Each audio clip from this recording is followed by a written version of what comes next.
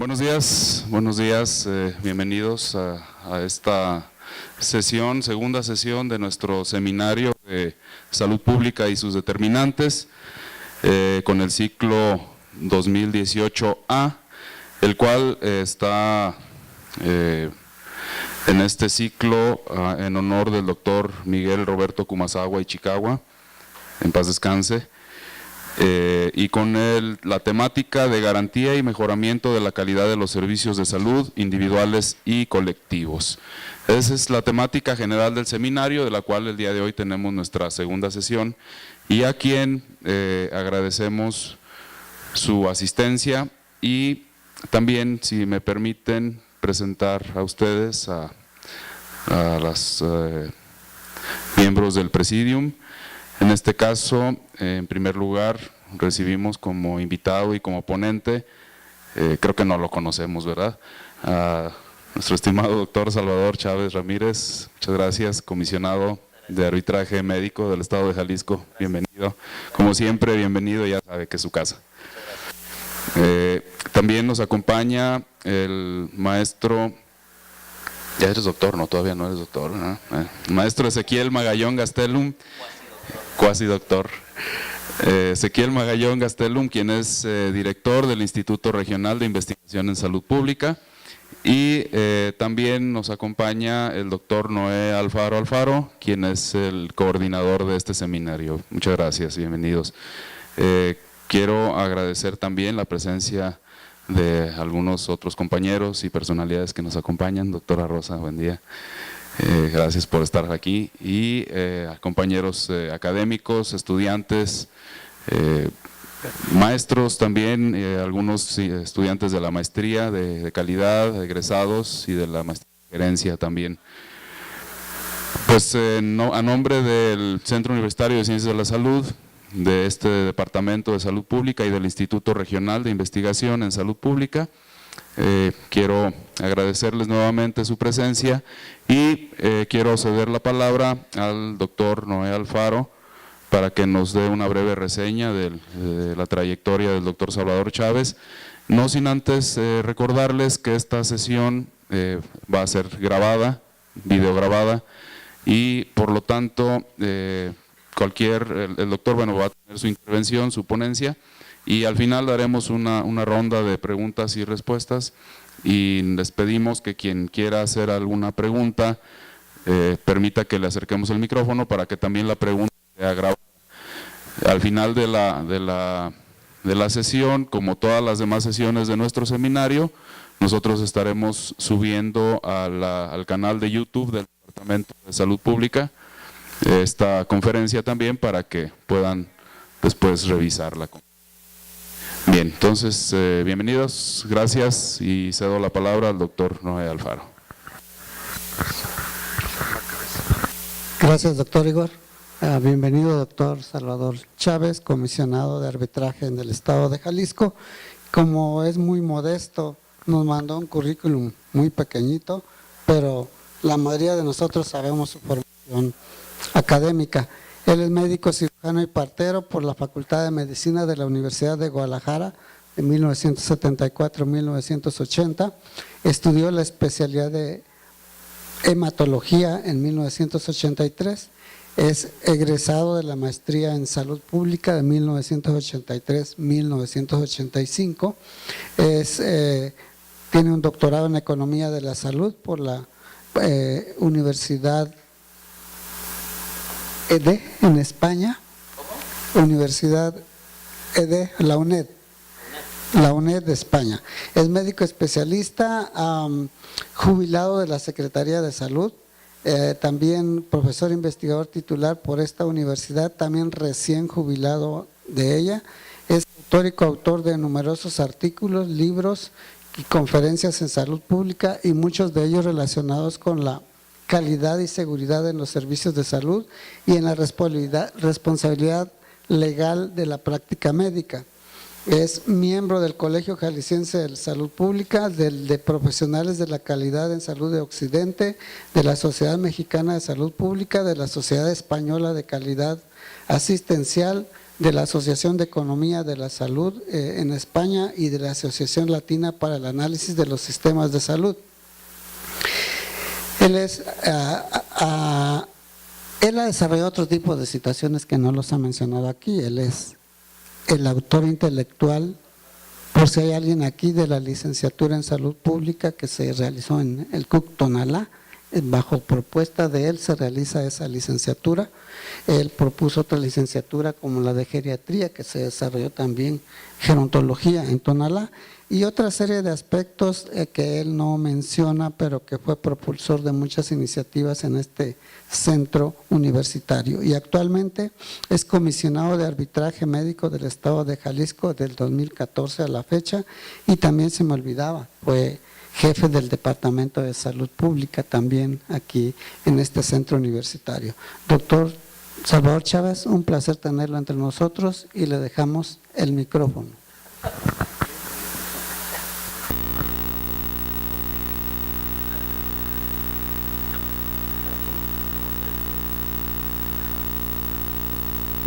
Muchas gracias, de verdad que para mí es un privilegio el que me hayan invitado, de verdad que les agradezco profundamente al doctor Ezequiel Magallón, al doctor Noel Faro, a la doctora Carmen López Cermeño y sobre todo al doctor Igor. Muchísimas gracias por la invitación, porque la verdad que como decía el doctor Igor, pues me siento como en mi casa porque todavía no me acabo de ir. Bueno, yo siento que no me acabo de ir todavía, pero bueno, ahora acaba en la mañana, no se deja el dejo de la nostalgia, ¿no? Saber, bueno, precisamente todos los días aquí, en mi caso, todos los días aquí. De verdad, muchas gracias por haberme invitado y para mí encantado.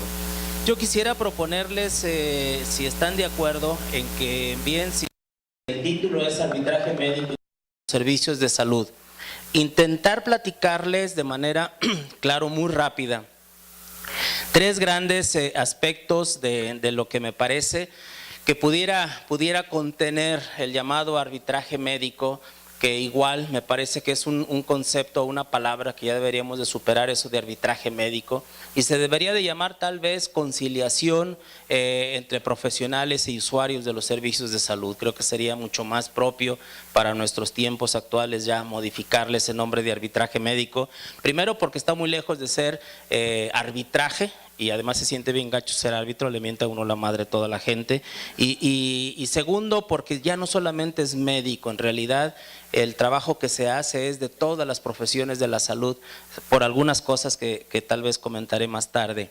Entonces quisiera proponerles tres partes, dividir la plática en tres partes. Primero, platicarles de manera muy rápida qué es la Comisión de Arbitraje Médico en el Estado de Jalisco.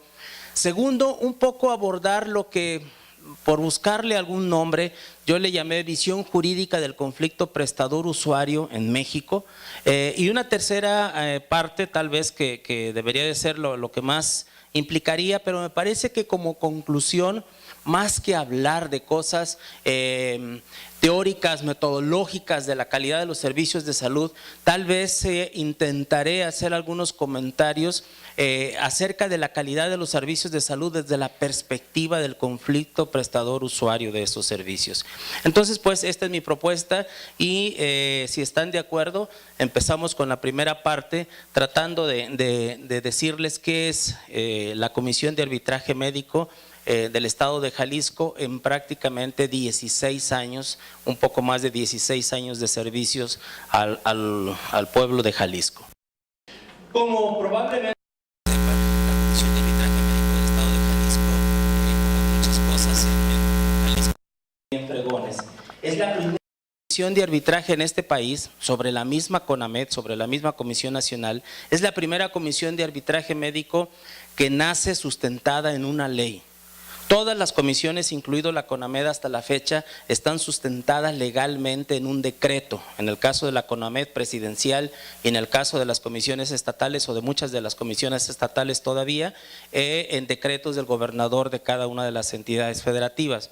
Pero para el caso de Jalisco, somos la primera comisión de arbitraje médico que nace sustentada en una ley, en la Ley Estatal de Salud, lo que originalmente fue un decreto del gobernador del estado. De manera inmediata el Congreso del Estado lo convierte en una modificación de la Ley Estatal de Salud, de tal manera que todas las atribuciones, la estructura y las funciones de la Comisión de Arbitraje están contenidas en el artículo 91 de la actual o de la vigente Ley Estatal de Salud de Jalisco.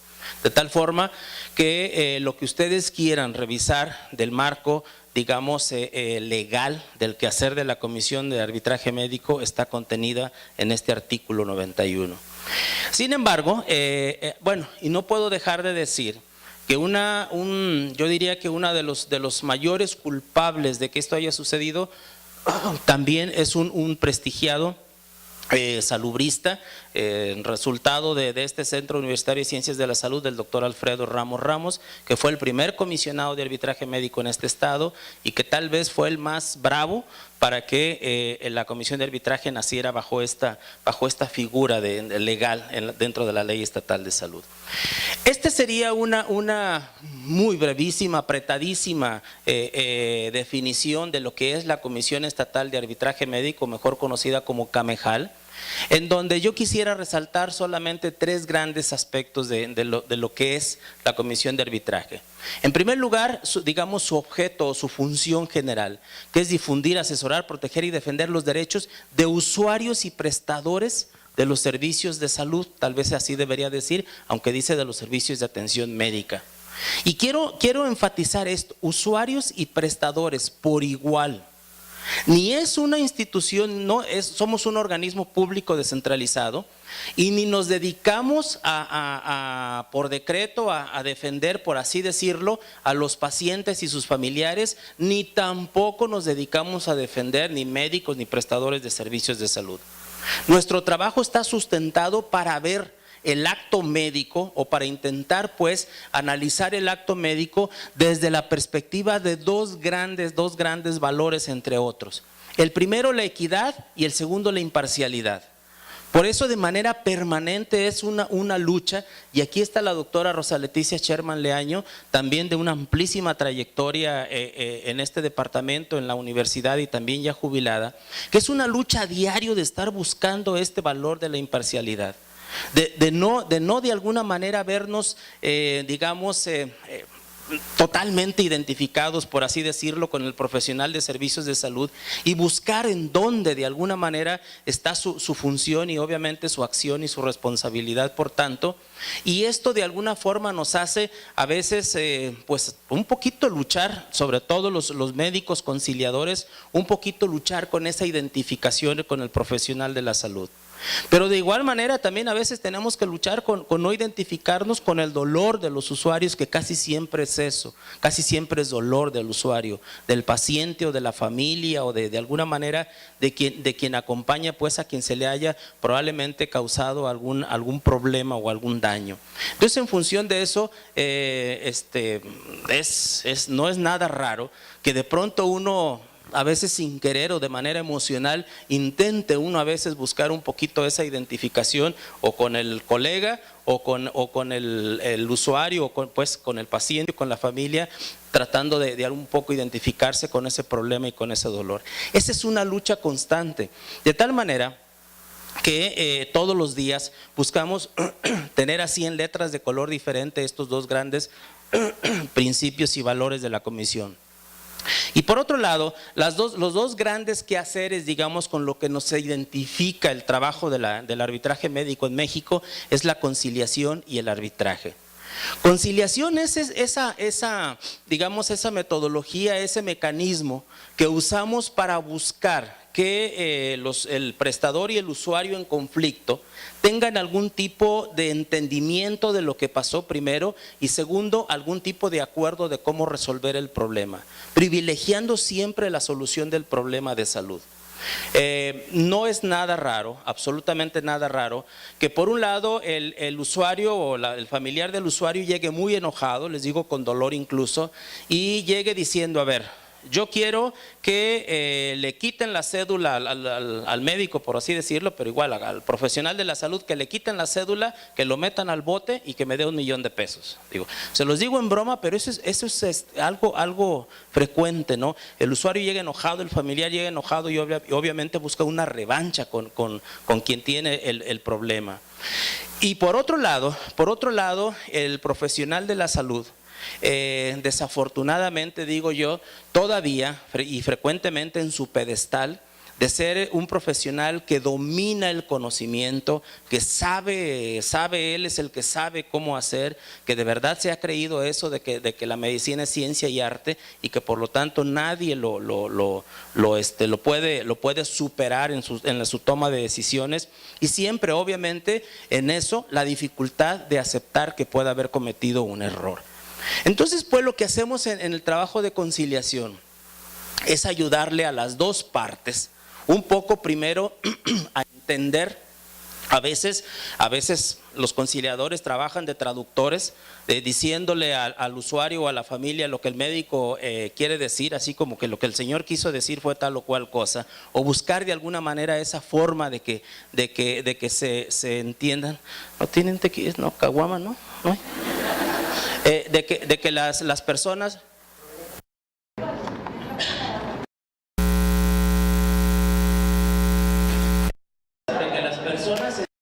probablemente a veces lo que pasó o lo que tal vez no se dijo, lo que no le dijeron los prestadores del servicio, y este es el trabajo del conciliador, a veces un poco de traductor y un poco pues de ayudarle a que lo que el profesional de la salud está interesado en decirle al usuario pueda ser entendible.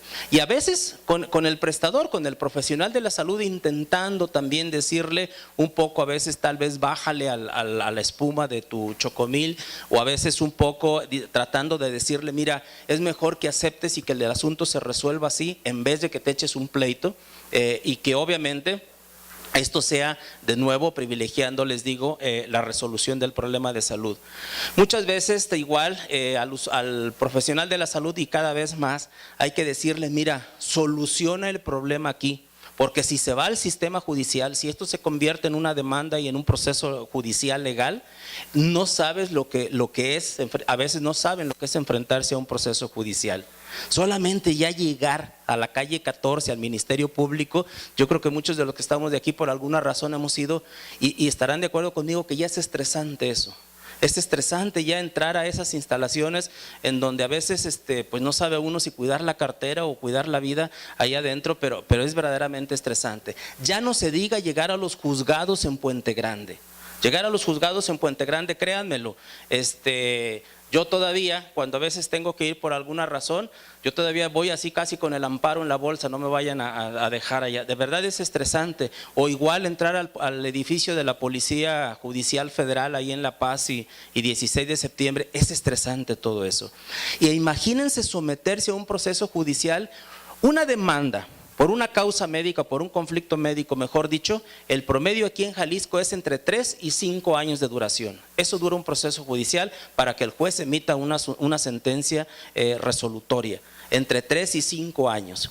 Y entre más o menos la estimación que tenemos del gasto de un proceso judicial es entre 400 y 550 mil pesos. Eso cuesta un proceso judicial, más o menos, porque es muy difícil a veces tipificar los gastos indirectos, llámese traslados, comidas, pérdida de la parte laboral, etcétera, etcétera, etcétera. Todas esas son cosas que me parecen difíciles, pero en una estimación por lo menos de los gastos directos, por ahí anda entre 350, entre 300 y 550 mil pesos. Bueno, de tal manera que lo que hacemos es intentar pues en la conciliación buscar que ambos personajes o ambas partes en conflicto se llegue al proceso de conciliación.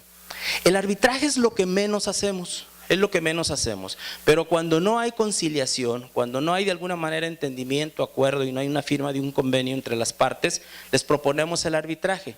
Es decir, que nos dejen a nosotros emitir una opinión y obviamente el señalamiento de si hubo algún tipo de responsabilidad, intentar identificarlo y obviamente proponer una solución al conflicto, ya sea como forma de indemnización o de reparación reposición del servicio, o la forma de restauración del daño. Esto es lo que es el arbitraje. Les digo, es lo que menos hacemos. Realmente todos buscamos, y ahorita les mostraré los servicios, todos buscamos que sea a través de la vía de conciliación.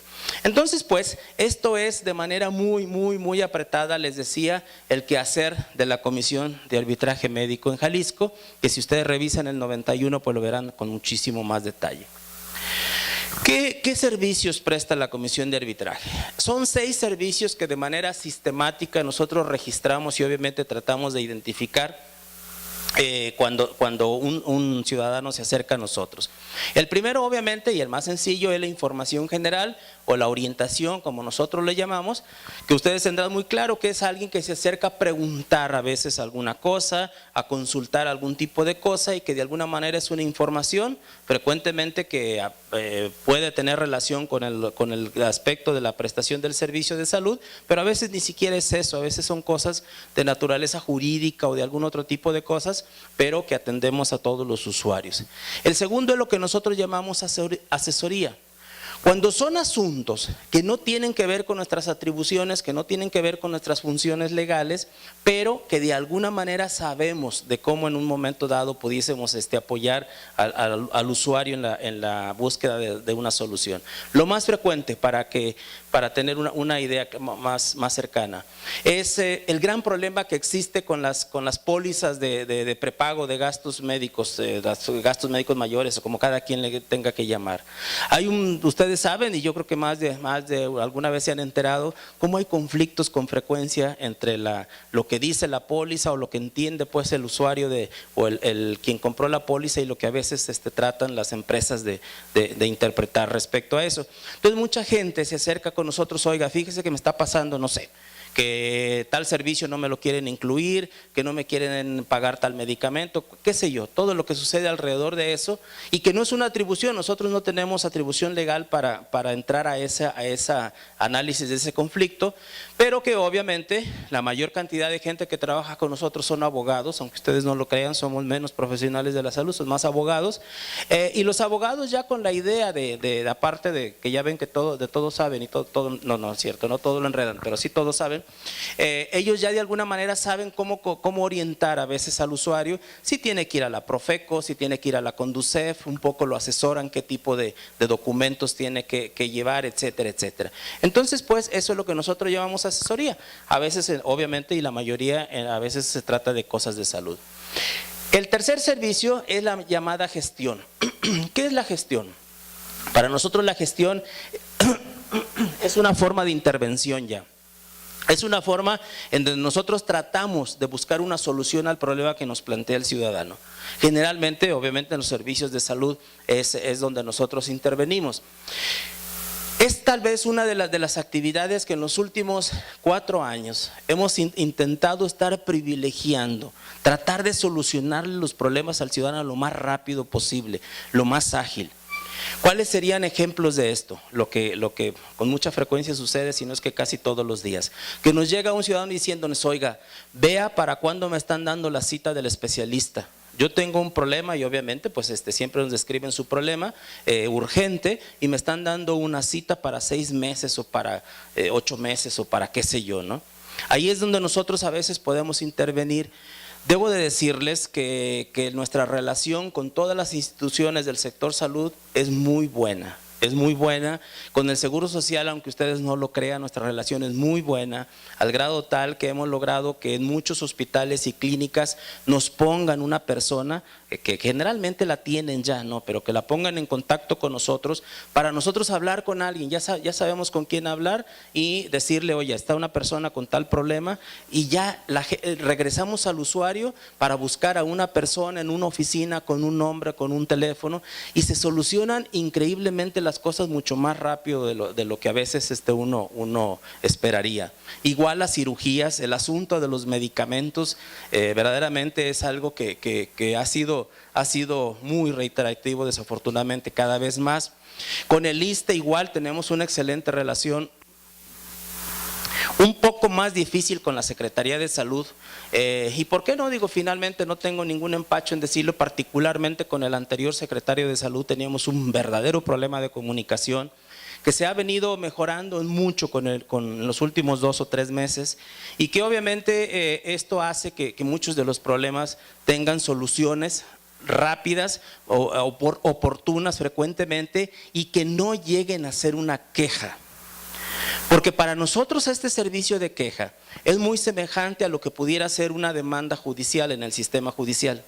Nosotros ya le llamamos queja cuando recibimos el motivo del conflicto, abrimos un expediente con un número progresivo que lo tenemos registrado y que obviamente es único y que empezamos a integrar un expediente igual que se integra, digo, con menos problema, pero igual que se integra en un ministerio público o en una fiscalía.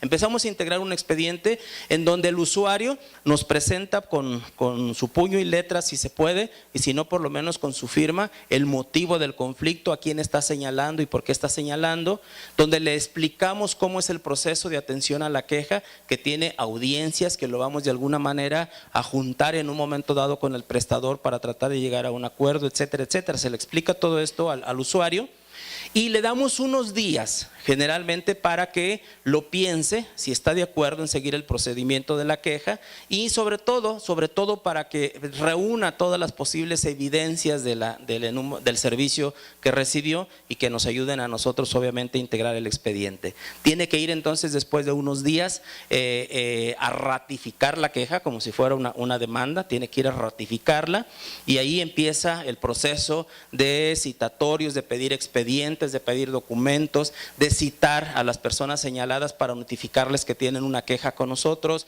las audiencias, es lo que le llamamos audiencias informativas, seguimos después con las audiencias de conciliación hasta que se termina el proceso que generalmente lleva entre 6 y 12 semanas aproximadamente, un proceso de atención a una queja. Y ese es lo que le llamamos nosotros el servicio de la queja. Tenemos otro servicio que a la doctora Sherman le gusta muchísimo, que él ha llamado opinión técnica, y que este es una atención a una especie de queja, pero a solicitud de alguna institución o de algún sector. Casi siempre es el sector judicial, siempre son los ministerios públicos o los jueces, tanto estatales como federales, los que generalmente nos solicitan este tipo de servicio. Nos mandan, le mandan a la doctora unos marmotretos de papeles que lo primero que tiene que hacer es identificar qué cosas tienen que ver con el acto médico y qué son otras a veces marihuanadas, pero bueno, que no tiene nada que ver con el acto médico. Y luego después de eso integrar lo que ya es el expediente que tiene que ver con el servicio médico. Hay que pasarlo por un proceso de confidencialización, es decir, quitarle todos los datos, digamos, identificables a personas o instituciones. Y casi siempre buscar cuáles son los profesionales de la especialidad o del área médica que se trate. Generalmente acudimos a los colegios, a las sociedades, a las asociaciones para pedirles, y muchas veces a los cuates, para pedirles su apoyo, para que revisen ese expediente médico, así como en una especie de doble ciego, sin saber ni quién es el prestador, ni quién es el usuario y obviamente tampoco si es una institución, tampoco quién es la institución de salud, para que solamente vean la parte médica, la parte técnica, y ellos emiten una opinión por escrito, qué es lo que a ellos les parece que haya sucedido y si hubo algún error, si hubo alguna mala práctica, y obviamente señalándolo y sustentándolo aparte de su experiencia y su conocimiento en la literatura médica. Casi siempre son 3 personajes a los que les pedimos este trabajo. Cuando no son totalmente coincidentes, pues casi la doctora, es decir, la subcomisionada médica y el subcomisionado jurídico pueden a veces integrar los dictámenes o las opiniones técnicas, pero como es casi siempre frecuente, no son totalmente coincidentes, se les invita a una reunión de un análisis colegiado para tratar de llegar a una conclusión única. Y esa es la llamada opinión técnica que nosotros le regresamos a quien no la solicita. Últimamente tenemos una gran clientela de derechos humanos de las comisiones, de la Comisión Estatal de Derechos Humanos en sus diferentes visitadurías, pero también igual de las instituciones de salud, llámese IMSS, ISSSTE, la misma Secretaría de Salud nos piden como un tercero, digamos en discordia, nos piden una opinión técnica o un dictamen también, como muchos le llaman. Y finalmente lo que como hoy, que nos encanta andar en el argüende, la parte de la promoción, de la difusión, en donde la licenciada Hortensia Robles se encarga de promovernos en 15 años, bodas y todas esas cosas, y en donde obviamente la función es decirle a la gente qué es la Comisión de Arbitraje Médico, para qué sirve, qué hace y obviamente los servicios que presta. Fundamentalmente pues estos son los servicios de la Comisión de Arbitraje. Y ahora sí, me voy rápido a tratar de decirles qué se ha hecho en 16 años. Esta sería una tabla numérica de qué ha pasado con estos 6 servicios de la Comisión de Arbitraje Médico en 16 años, de lo que de alguna manera todos los días se registra en nuestras actividades. Hemos atendido, como ustedes pueden ver, a poco más de 22,000 personas en nuestros registros en estos 16 años. Más o menos en los últimos años pues es una tendencia muy semejante. De esto obviamente hemos prestado más de 7,000 servicios y serían las sumatorias de los diferentes servicios.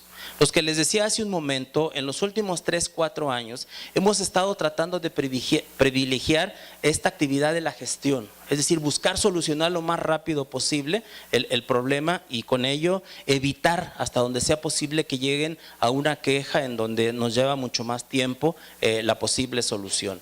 Entonces pues en función de esto la posibilidad de la Comisión de Arbitraje más o menos ha sido una tendencia muy digamos estable en los últimos años. Sin embargo también habrá que decirlo que en algunos momentos ha habido una especie de picos donde la gente de pronto se interesa más en la Comisión de Arbitraje, sobre todo los escándalos mediáticos, cuando los medios de comunicación, y bueno, espero que no me haga nada ni Nelda ni Hortensia, cuando los medios de comunicación de pronto agarran algún caso y lo publicitan de una manera a veces exagerada, pero que bueno, esto hace que mucha gente voltee a ver esa relación prestador-usuario y un poco nos aumentan las solicitudes de servicios a nosotros. Voy a presentarles un panorama muy rápido de algunas de las quejas. Ahora sí voy a hablar solamente de quejas, de algunas de las quejas. Vean, si tuviéramos que dividir el sector salud en 3 grandes partes, digamos el sector privado, la práctica privada, la seguridad social y la asistencia social, esta sería más o menos la imagen. Es una de las gráficas más mentirosas que yo conozco. Qué aprieto que sale eso. Bueno, es una de las gráficas más mentirosas que yo conozco, pero así no la dan nuestros registros.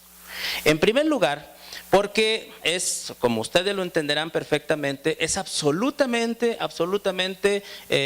diferente el volumen, la cantidad de los servicios de salud que se prestan en el sector público, que serían estos 2 componentes, la asistencia social y la seguridad social, contra los que se prestan en la práctica privada.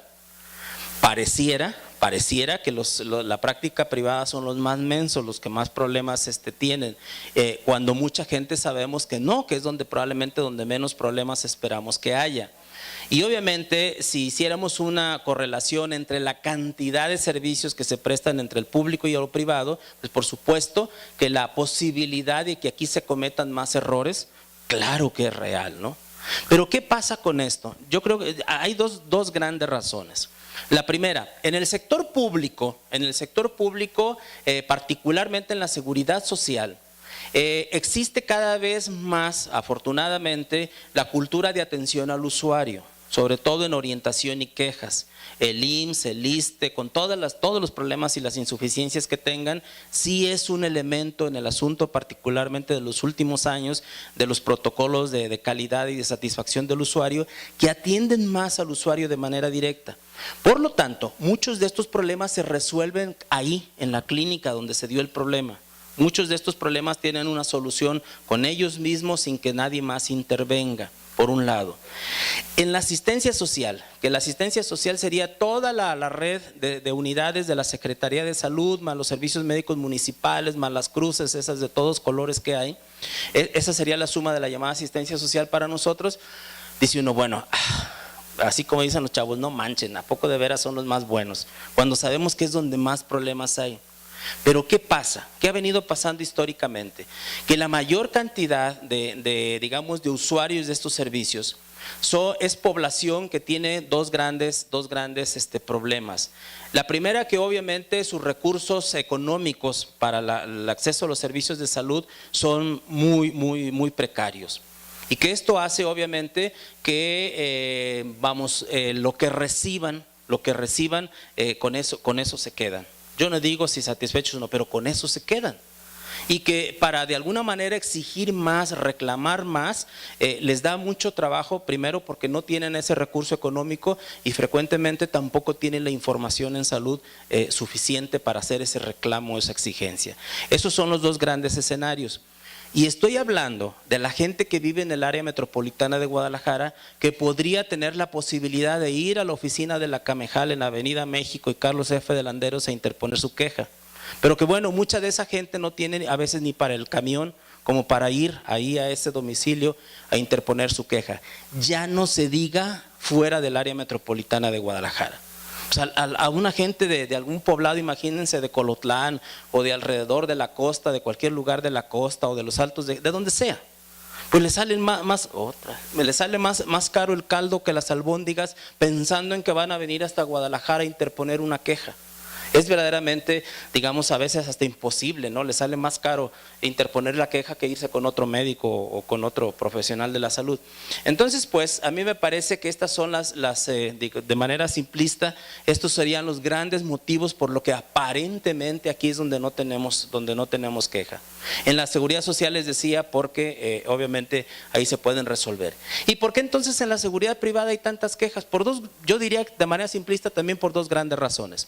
Primero, cuando uno busca un servicio privado, uno elige con quién ir, que no para nada es el caso del matrimonio, que ahí es al revés. Pero bueno, en el caso de los médicos privados uno elige con quién ir. Y uno elige a alguien pensando en su prestigio, en las recomendaciones positivas que tal vez le hayan dado de él, en lo que uno ya puede saber del problema de salud y de las formas de la atención, elige uno al profesional. Entonces, en primer lugar, hay un factor de elección personal respecto a donde uno espera. Y ello hace que se finquen expectativas muy claras de lo que uno espera recibir de a quien uno eligió. Entonces, pues uno elige que lo sanen rápido, que le salga uno muy barato y que lo atiendan muy bien, generalmente. Pero el otro motivo es que todo eso lo espera uno y saca uno la lana de la bolsa para pagarlo de manera directa, a diferencia de las instituciones del sector público en donde no siente uno eso. Ahí, aunque se pague la seguridad social o supuestamente se pague el seguro popular, uno no siente ese pago, mientras que acá se siente, y a veces se siente gacho. El sacar la tarjeta de crédito o el sacar el dinero en efectivo o el cheque, por supuesto. Esto hace entonces que el usuario se convierta, o sus expectativas del usuario sean de alta exigencia, y que cuando no recibe lo que está esperando recibir de ese servicio de salud, por supuesto que se enoja y por supuesto que reclama, de tal manera que es entonces aquí donde más sensibilidad tiene el usuario para en un momento dado buscar esa calidad y buscar esa resolución a su problema de salud. Esa es la razón por lo que les digo, esta gráfica es absolutamente falaz. Entonces, pues, las razones para entender esta gráfica tendrían que ser esas. Sin embargo, repito, estadísticamente estos son nuestros registros. Ahora, de estas quejas médicas, estas serían las disciplinas o las profesiones de la salud de las cuales hemos recibido quejas. Por supuesto que con mucho la medicina. Tradicionalmente la figura del médico es quien en un momento dado presta la mayor cantidad de servicios médicos o de salud, o es quien da la cara o es quien firma, y por lo tanto es la disciplina del profesional médico quien más obviamente tiene quejas. Pero los odontólogos ahí van que vuelan. Y volteo a ver al maestro Moreno. Los odontólogos ahí van que vuelan, y sobre todo en los últimos años la odontología ha venido en primer lugar y afortunadamente teniendo una red de oferta de servicios cada vez mayor en todas las poblaciones. Desafortunadamente la modalidad no está siendo la mejor con ese advenimiento de chorrocientas mil franquicias de la Zapopana, la Guadalupe, no es cierto, la Zapopana no, la Guadalupana y no sé cuántas más franquicias, en donde notoriamente estamos poniendo atención que muchas de las quejas en los últimos años provienen de ese tipo de servicios, y que obviamente la gente cada vez accede más. Es caro el servicio odontológico, y esto hace que de alguna manera también en la parte del sector privado cada vez se reflejen más las inconformidades. La enfermería, que también en los últimos años cada vez es notorio que la gente, miren, la gente ya se fija en un momento dado de quienes intervienen en el servicio, quiénes de alguna manera con quién es la inconformidad o con quién es en un momento dado el conflicto. La gente llega diciéndonos: a ver, yo vengo a interponer una queja, pero no es de ningún médico, ¿se puede? No, pues claro que se puede si es alguien de quien recibió un servicio de salud. Pues yo vengo a quejarme contra la, no es cierto, por eso no dicen, contra la enfermera fulanita de tal, que tal y tal y tal y tal cosa hizo. De hecho, como ustedes ven, hemos recibido no solamente quejas de enfermería, de medicina, hemos recibido quejas de radiólogos. Radiólogos no son médicos, son los técnicos en radiología, que son los que prestan el servicio de la toma de una placa de rayos X o de un estudio de esos muy sofisticados que hay ahora, resonancias y todas esas cosas. Esos son. Los químicos son los de los laboratorios.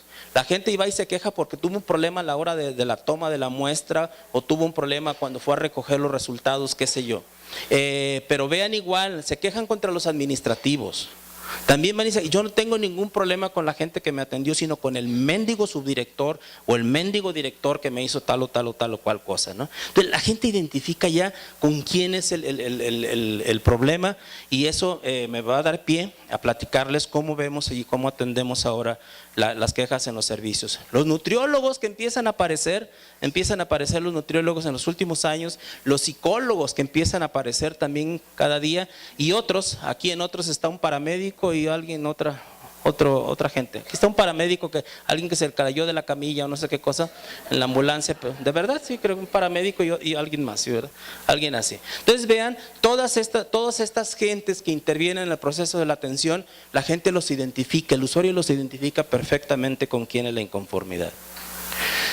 Ahora, hablemos de los médicos, que son los más famosos.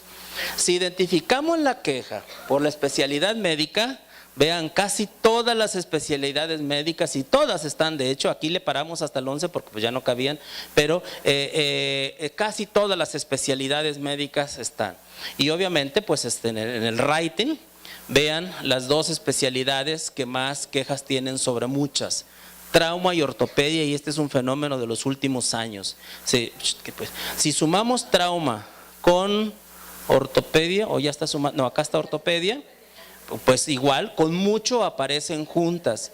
Si sumamos obstetricia con ginecología, que debe de aparecer por aquí, ginecología, pues obviamente también son muchas. No pierden el lugar, el ranking está perfectamente, siguen ocupando los mismos lugares. Y esto es un fenómeno que bueno, nosotros a veces tenemos esta posibilidad de saber si el problema es, o el origen es por un asunto de atención de traumatología o de ortopedia, igual de ginecología o obstetricia, pero la posibilidad pues de estas dos especialidades es altísima. Todavía estamos en análisis de qué ha pasado, porque este es un fenómeno de los últimos 3 años de la trauma y ortopedia, que se ha disparado de manera notable el problema de trauma y ortopedia, de manera muy superficial les diría que pareciera que tiene relación con dos grandes cosas. El primero con el asunto del advenimiento de las prótesis en trauma y ortopedia, y el segundo con el asunto de la delimitación en la rehabilitación, con los aspectos rehabilitatorios, sobre todo posquirúrgicos en el caso de trauma.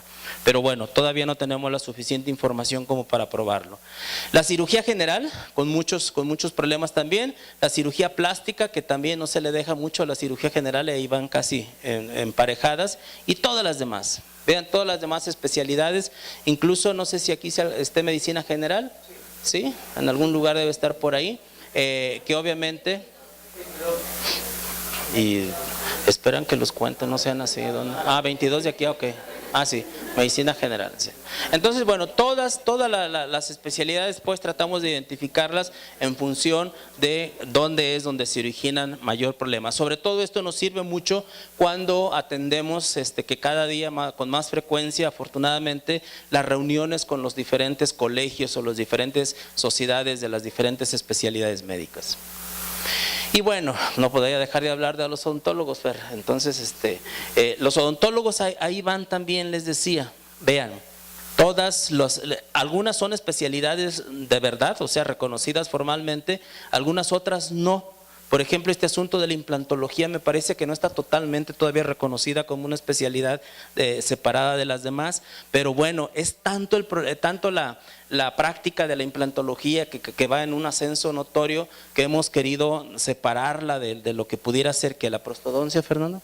Sí, ¿verdad? No sé, pues depende de dónde, ¿verdad? Cirugía, sí.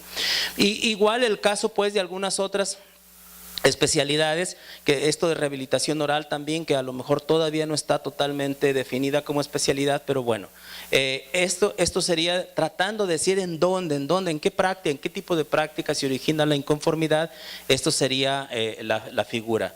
Pero quiero resaltar de la odontología general, que es una gran cantidad de problemas que se les atribuye a médicos, ¿cómo se llaman? Cirujano dentista, y entendámoslo pues como un odontólogo general o como un dentista en general, haciendo prácticas especializadas para los que no tienen la suficiente formación o la suficiente competencia para hacerlo. Esta es la mayor cantidad de problemas que se dan en esta parte de la odontología general, porque ponen implantes, porque hacen procedimientos de endodoncia, qué sé yo, cosas para los que no están lo suficientemente habilitados pues ni en el conocimiento ni en la habilidad para hacerlo, y los identificamos pues como odontología general. Luego, de enfermería. De enfermería me interesa presentarles esta imagen, porque recuerdan la anterior, en donde el médico en lo mayor era lo privado, luego la seguridad social y la asistencia al último. Vean, aquí cambia la figura. Aquí cambia la figura, la mayor cantidad de quejas, que bueno, no con mucha diferencia de lo privado, pero es de la seguridad social. Hay un asunto, yo he venido insistiendo con la gente de la seguridad social, algo pasa. Yo estoy de acuerdo en la supercarga de trabajo del personal de enfermería en el IMSS, en el ISSSTE, etcétera, pero algo pasa que de alguna manera en la seguridad social pareciera que hay más problemas de enfrentamiento entre prestador y usuario. Igual en lo privado, con las mismas razones que ya les decía, y en la asistencia social me parece que es el mismo problema. Sin embargo, sí, no porque sea jubilado de la Secretaría de Salud, me pareciera que todavía, por ejemplo, el personal de enfermería, sobre todo en comunidades pequeñas fuera del área metropolitana, son personajes o son profesionales con mucho más carisma y acercamiento al usuario que los de los grandes complejos de servicios como son los de la seguridad social. Luego, ¿en qué terminan las quejas? Las quejas terminan en todas estas posibilidades. Afortunadamente la mayoría se llegan a acuerdos o a convenios de conciliación en donde ambas partes recuerdan cómo resolver el problema. Les digo, casi siempre privilegiando la parte de la resolución del problema de salud. A veces terminan en indemnizaciones económicas porque no hay otra forma, ya no se repuso el problema o ya se resolvió el problema de salud. Algunos otros los tenemos que referir, casi siempre la parte de la seguridad social los referimos para que sean atendidas y sean de alguna manera resueltas los problemas en su institución. Muchos nos abandonan, nos mandan allá y de falta de interés y dejan de ir. Yo les digo que la suma de la falta de interés más estas de no sometimiento, en estas de no sometimiento simplemente nos dicen, ¿saben qué? Yo no estoy de acuerdo con ustedes y ahí se ven. No estoy de acuerdo con que ustedes me digan que yo tenga que hacer tal o cual cosa y ahí se ven de manera clara, se cierra así la queja.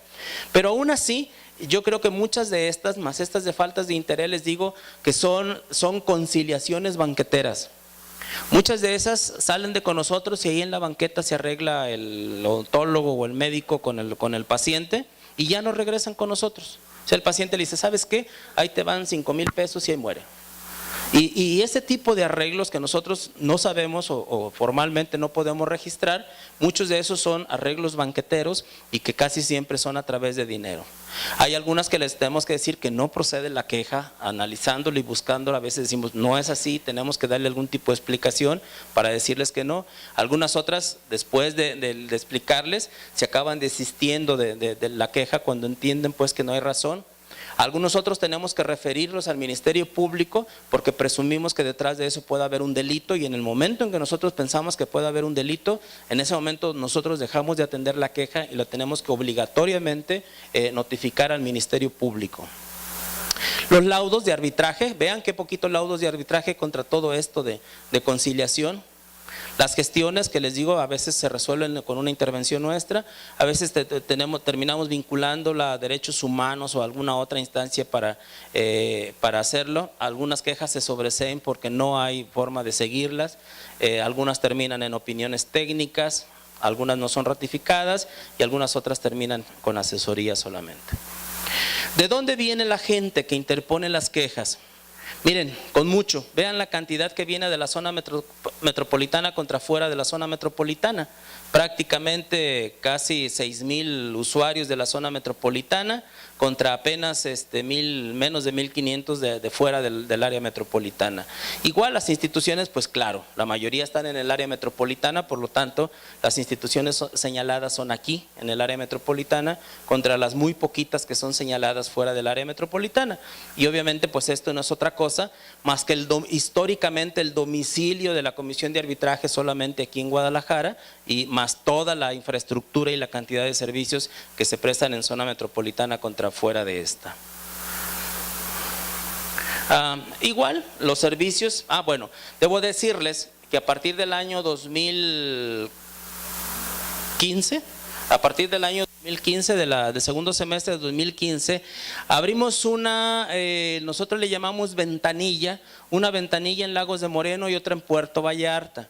Esto es el primer intento de salirnos ya de la oferta de servicios del área metropolitana, que siempre estaba nada más en Guadalajara, y hemos empezado a atender, tenemos prácticamente 2 años, un poquito más, atendiendo en estas dos regiones, en lo que se llaman las UNIRSE, que son unas unidades regionales de servicios estatales. Ahí tenemos una persona que orienta y que recibe las quejas, y nosotros vamos a atenderlas allá de manera ya programada. Hacemos los citatorios, hacemos los acuerdos de qué día, a qué hora, y nosotros vamos a atender las quejas tanto a Lagos de Moreno como a Puerto Vallarta. El año pasado tuvimos muchísimos problemas para atender estas ventanillas porque sencillamente no teníamos presupuesto para salir en función de la crisis que vivimos el año pasado. Pero al final de cuentas igual empezamos ya a hacer este intento de no solamente atender en el área metropolitana, sino también en estas 2 regiones. Además entonces de esto, el otro servicio que les decía es la difusión y la promoción. En estos últimos 3 años hemos podido contabilizar más o menos estos servicios, y les digo en los últimos 3 años porque atrás de esto no hay un registro muy sistemático de lo que se hacía en ese sentido, y entonces prácticamente es en los 3 años en que hemos podido integrar este registro. Vean, si sumamos como ustedes hoy la cantidad aproximada, obviamente Orte siempre le echa como 100 más a todos, pero no es cierto, pero la cantidad de gente la vamos sumando. ¿Qué gente nos escucha? Sumamos más de 15,000 personas que creemos que nos escucharon de manera directa. Tenemos 2 convenios, uno de radio por internet, uno que se llama con Arvisa Radio, es una estación de radio de internet, y otra de Radio Cusey, que de manera semanal, los días lunes en Radio Cusey y los días jueves en Arvisa Radio se tiene un programa donde se va informando a la gente y obviamente explicándole los procedimientos de atención en la Camejal. Hemos logrado que de manera gratuita, de manera generosa, 2 spots de radio desde el año 2016, de 2016 y 2017, el Sistema Jalisciense de Radio y Televisión, Radio Universidad y la Rato, que es esa cadena de estaciones de radio en todo el estado, nos pasen 2 spots de manera, pues cuando ellos van programándolo en sus tiempos, y pensamos que andamos cerca de los 8,000 spots más o menos en estos 2 años. De manera también promocional estamos entregando esa cartillita que no sé si creo que a algunos de ustedes ya se les entregó, más algunos pósters que tenemos que son poco más de 18,000 y tal vez ya un poco más que esto. Y en televisión también en C7 nos tenemos de manera también gratuita, nos promocionan en un spot de televisión y obviamente de acuerdo a sus tiempos y a sus posibilidades. Hemos tenido que ir integrando una serie de convenios, particularmente con instituciones que de alguna manera tienen que ver con lo que hacemos, con Universidad de Guadalajara en función de la prestación de la posibilidad de tener prestadores de servicio social con el CUSEA, con Cualtos. Aquí no aparece CUCS porque no tenemos convenio con el CUCS y el CUCS nunca ha querido firmar convenio. Sin embargo, hemos recibido, de verdad, esto es increíble. Bueno, no quiero hablar porque me corren, pero es increíble esto. Pero sí recibimos prestadores del CUCS, que es la otra cosa chistosa. Sin convenio sí recibimos prestadores del CUCS. Con el Supremo Tribunal de Justicia del Estado, sobre todo en la parte de ser parte del Sistema Estatal de Justicia Alternativa, con el ITEI, que es así como Fuerzas y por Miedo, con la Comisión Estatal de Derechos Humanos, que tenemos una relación muy directa y muy activa, con el Instituto de Justicia Alternativa, por ser parte de esta red de instituciones de la justicia alternativa, con la Dirección de Profesiones del Estado, en fin, con todos los que ustedes ven ahí, como de alguna manera tenemos convenios que nos permiten esa colaboración interinstitucional. Y bueno, creo que con esto yo termino, con esta. ¿Cuál fue la idea? La doctora Sherman y su servidor empezamos a trabajar al frente de la Camejal en el 2014, en mayo del 2014, y a partir de eso nosotros le propusimos al gobierno del estado un proyecto que tenía como tres grandes digamos líneas de trabajo, de desarrollo. La primera, obviamente, el reposicionamiento social. La comisión sentíamos que había quedado así como en un impasse, había dificultades en la comunicación y en la relación con algunos sectores de la población. Le propusimos la extensión de los servicios en función de abrir ventanillas en las llamadas estas unirse que les decía, en Lagos de Moreno, en Vallarta. Nuestro propósito era abrir en Colotlán, en Autlán y en Zapotlán o en Ciudad Guzmán. No hemos podido hacerlo por falta de dinero, sin embargo pues vamos cada que se puede a prestar la atención allá. Y finalmente lo que se le llama armonización con el Sistema Estatal de Justicia Alternativa, para lo que tuvimos que someternos a un proceso de capacitación y de certificación y de acreditación para que el sistema judicial nos tome ya como una instancia de justicia alternativa especializada en la atención de los conflictos médicos. Entonces pues esto lo estamos haciendo ya de manera sistemática. Hasta aquí les platico qué es la Camejal. Eso es la Comisión de Arbitraje Médico en el estado de Jalisco. Esto es lo que hacemos, o lo que en los últimos 17 años casi ha venido prestando la Comisión de Arbitraje. Y yo quisiera platicarles de manera muy rápida, ¿qué está pasando con el fenómeno de atención del conflicto entre prestadores y usuarios de servicios de salud? Por eso les decía, le propuse llamar la visión jurídica, porque esto es como la visión tanto de la red de comisiones de arbitraje en el país, como del sistema judicial en el país también. Y voy a hablar un poco de estas dos cosas, de la visión y de la regulación. Desde mi punto de vista, el aspecto o la concepción de salud o el concepto de salud, para el caso por lo menos de México, cambia de una manera notable en los últimos probablemente 10 años. En los últimos 10 años que México se adscribe a estos digamos definiciones y a estos conceptos de derechos humanos.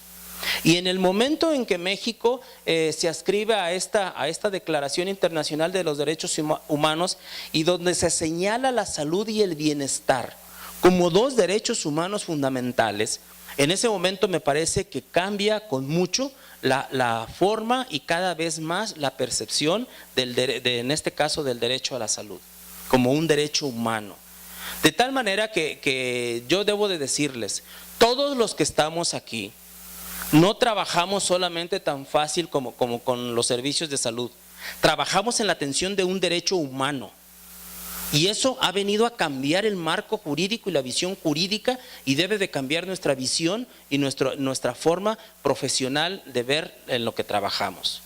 Atendemos un derecho humano, y en función de eso es que vean cada vez más las comisiones de derechos humanos estatales, nacionales y hasta del pueblo, cada día tienen que ver más cuando tienen que señalar o tienen que decir algo de un servicio de salud. Entonces, pues esto ha venido cambiando de manera sistemática, y sobre todo en la idea de que el quehacer de las comisiones atienden de manera, digamos, formal, aunque a veces no suficiente, pero de manera formal cuando son señalados los problemas en la forma de atender el derecho humano. Y les digo, para nosotros cambia esto porque en el año 2011, en la reforma, en la no sé qué número de reforma constitucional de nuestra Carta Magna y de nuestra máxima ley, cambia el concepto de las llamadas garantías individuales, que ahí es donde estaba la salud, en las garantías individuales, dejan de ser garantías individuales para pasar derechos humanos. Y dice la Constitución que no solamente la Constitución le garantiza al ciudadano mexicano la salud como un derecho humano, sino que además de eso debe de atender todos los tratados internacionales para que ese derecho humano sea atendido como las diferentes visiones de tratados internacionales digan, de tal manera que la salud para nosotros pasa a ser un derecho humano fundamental.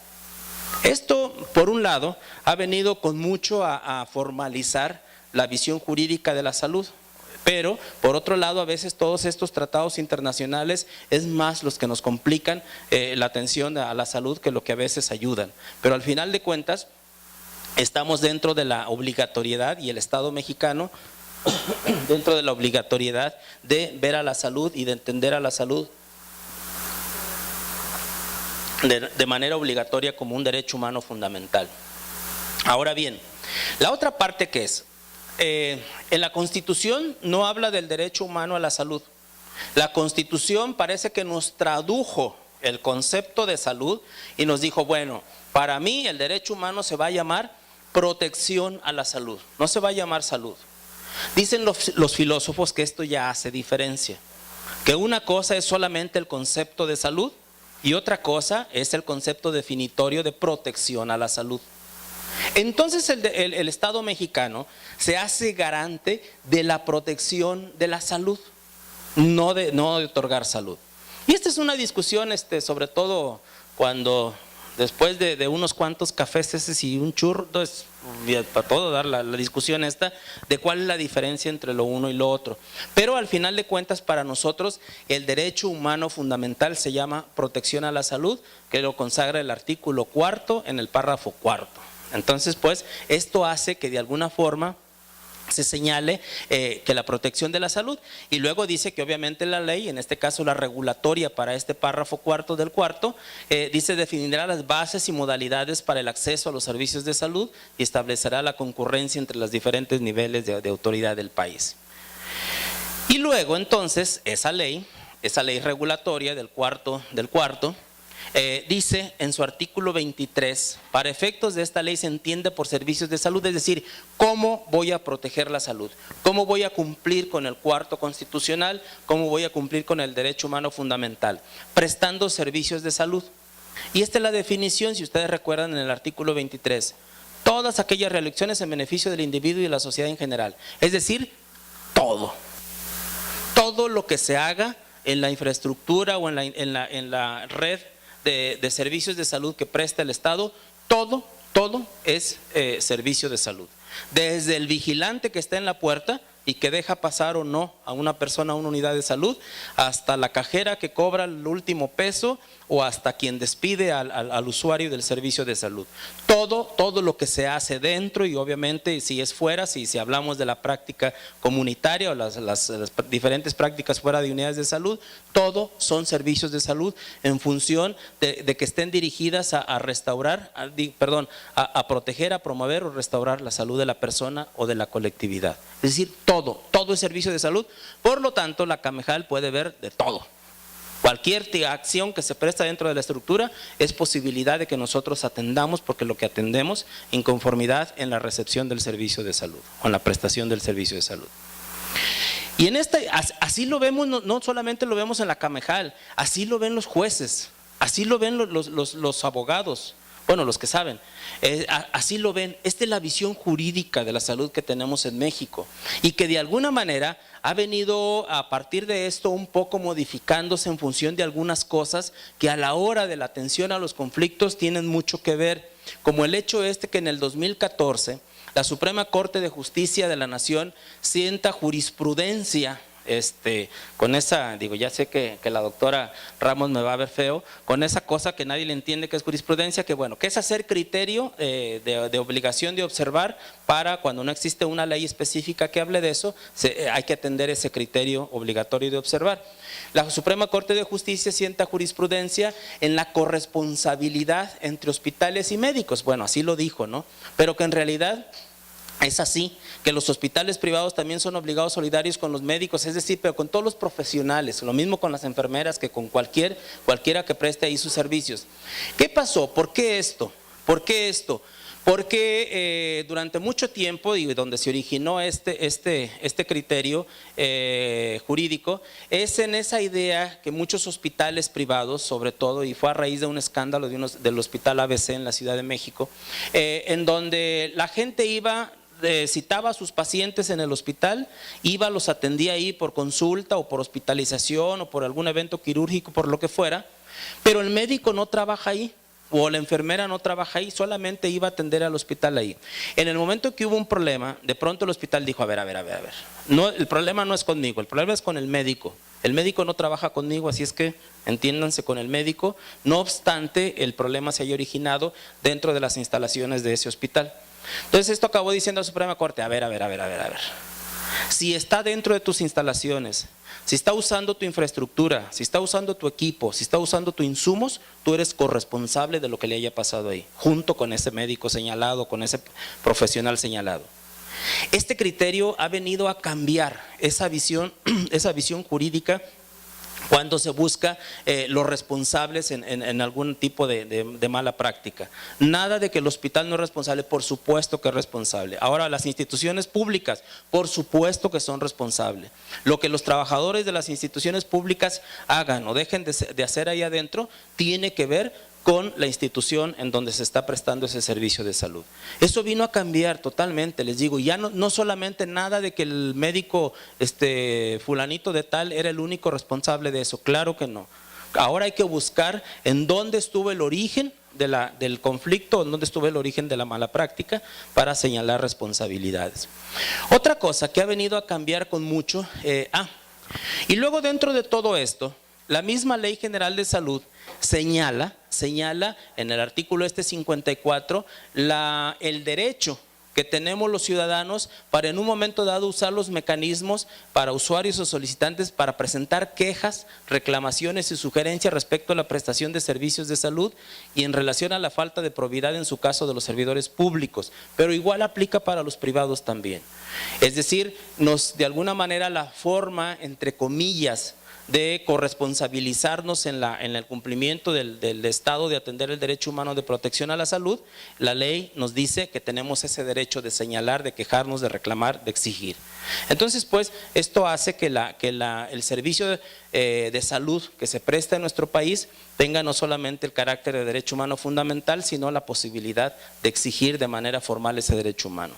Y bueno, esto ahí se me hizo bolas, esto debería de haber ido antes, pero bueno.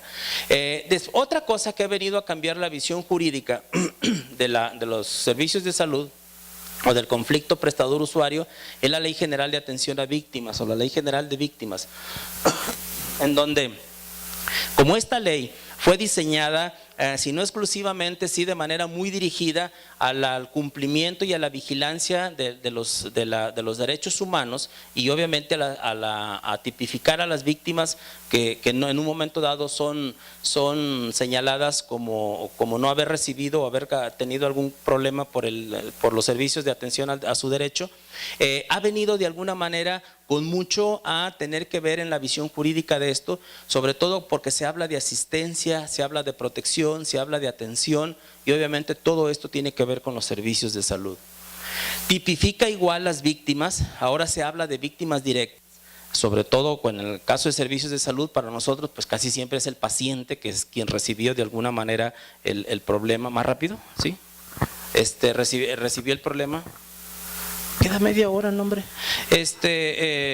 Recibió el problema y que de alguna forma pues es casi siempre y tradicionalmente el tipificado como víctima. Pero ya de alguna manera habrá que ver las víctimas indirectas, las víctimas potenciales perfectamente señaladas en esta ley. ¿Quién nos dice, por ejemplo, lo que sucede con mucha frecuencia? Que va el paciente y nos dice, el médico fulano de tal me causó un daño por tal y tal razón. Pues obviamente la víctima, como hacen las comisiones de derechos humanos, que no me canso de criticarlas por eso, parece que el primero que llega es la víctima hasta demostrar lo contrario. Pero con nosotros no siempre es la víctima, el usuario, la familiar. Con nosotros a veces acaba siendo la víctima el prestador del servicio, porque es señalado, es enjuiciado, es satanizado, es desprestigiado y a veces tiene más daños el prestador del servicio que a veces la misma posible víctima que es el paciente o que es a veces la familia del paciente. A veces acabamos diciéndole y obviamente teniendo que apechugar a veces el paciente y la familia, a ver, si usted no le dijo a su médico que era diabético sabiéndolo, si no le dijo que era hipertenso sabiéndolo, ¿por qué canijos ahora viene a reclamar que tuvo un problema, una complicación posquirúrgica, cuando la razón fue su diabetes mal cuidada, su diabetes, etcétera, etcétera, ¿sí? Pero ya, en tanto pasó eso, el médico fue un hijo de su tal por cual porque supuestamente causó un daño, ¿no? Entonces, en función de eso, ahora esta ley de alguna manera tiene esa posibilidad de tipificar a las víctimas y de señalar tramos de responsabilidad. Y la otra cosa que nos está resultando un problema muy serio es este artículo 26 de esta ley, en donde se habla, bueno, no solamente este artículo, varios, el capítulo 6, donde se habla de la reparación integral del daño. Todavía en el sistema judicial, todavía no le entienden a qué es la reparación integral del daño. Todavía no lo entienden. Lo tradicional del juez era decir, se repara el daño pagándole $1,000,000. Porque eso, la ley federal del trabajo dice que si le quitaste la pata que no era, le pagues $1,000,000, ¿no? Cuando quienes de alguna manera pensamos en salud, sabemos que reparación integral del daño implica un montón de cosas, desde la esfera física, emocional, social, etcétera, etcétera, y que obviamente muchas de estas cosas, por supuesto que no hay ningún documento oficial formal en este país que diga, que señale los daños y tipifique los daños y mucho menos las formas de reparación. Entonces, pues esto está siendo todavía un problema. Vean cómo aparecen noticias que la Secretaría de Salud pagó $100,000 como reparación del daño porque el Fondo de Atención a Víctimas señala eso. Pues la verdad es que eso todavía es como muy cuestionable si realmente eso es reparar un daño en salud y obviamente en sus diferentes componentes o esferas. Entonces esta ley, que es reciente, vean, del 2013, es una ley que empieza a aplicarse y que en el caso de los servicios de salud todavía tenemos serios problemas, o el sistema judicial sobre todo tiene serios problemas. Entonces, así, el escenario jurídico en que se atiende el conflicto médico sería como una especie de ring. Vamos pensando en que por una esquina está este concepto de derechos humanos y salud. Hay que ver la salud como un derecho humano y que hay que ver todo el marco jurídico que tiene que ver con esto. En otra esquina, el sistema de justicia, el sistema adversarial, ¿cómo se llama, Ana? Sí, ¿verdad? Sistema adversarial de justicia tradicional, en donde, bueno, tiene el componente del sistema de justicia alternativa o de la ley de justicia alternativa, pero digamos ese es el marco jurídico del sistema judicial en nuestro país. Por otro lado, este asunto que es la ley de atención a víctimas, que ha venido a modificar y ha venido de alguna manera a incidir con estas visiones jurídicas, tanto de derechos humanos como el sistema de justicia. Y finalmente en la otra esquina el llamado modelo mexicano de arbitraje médico, ese quehacer que hacemos pues de alguna manera conciliatorio, mediatorio y de arbitraje cuando se puede para solucionar el problema. Aquí es donde nos movemos nosotros, aquí es donde de alguna manera tenemos que buscar esas alternativas y esas visiones jurídicas que en un momento ayuden. De tal forma que ahora la atención del conflicto médico ha cambiado en la visión tradicional. Si antes por un lado, por una parte era el médico y por otra parte era el paciente, les digo que así como en la lucha libre antes estaba un impuesto a ver al santo contra la mujer vampiro y nada más uno contra el otro. Esto ha cambiado y esto es ahora como la AAA.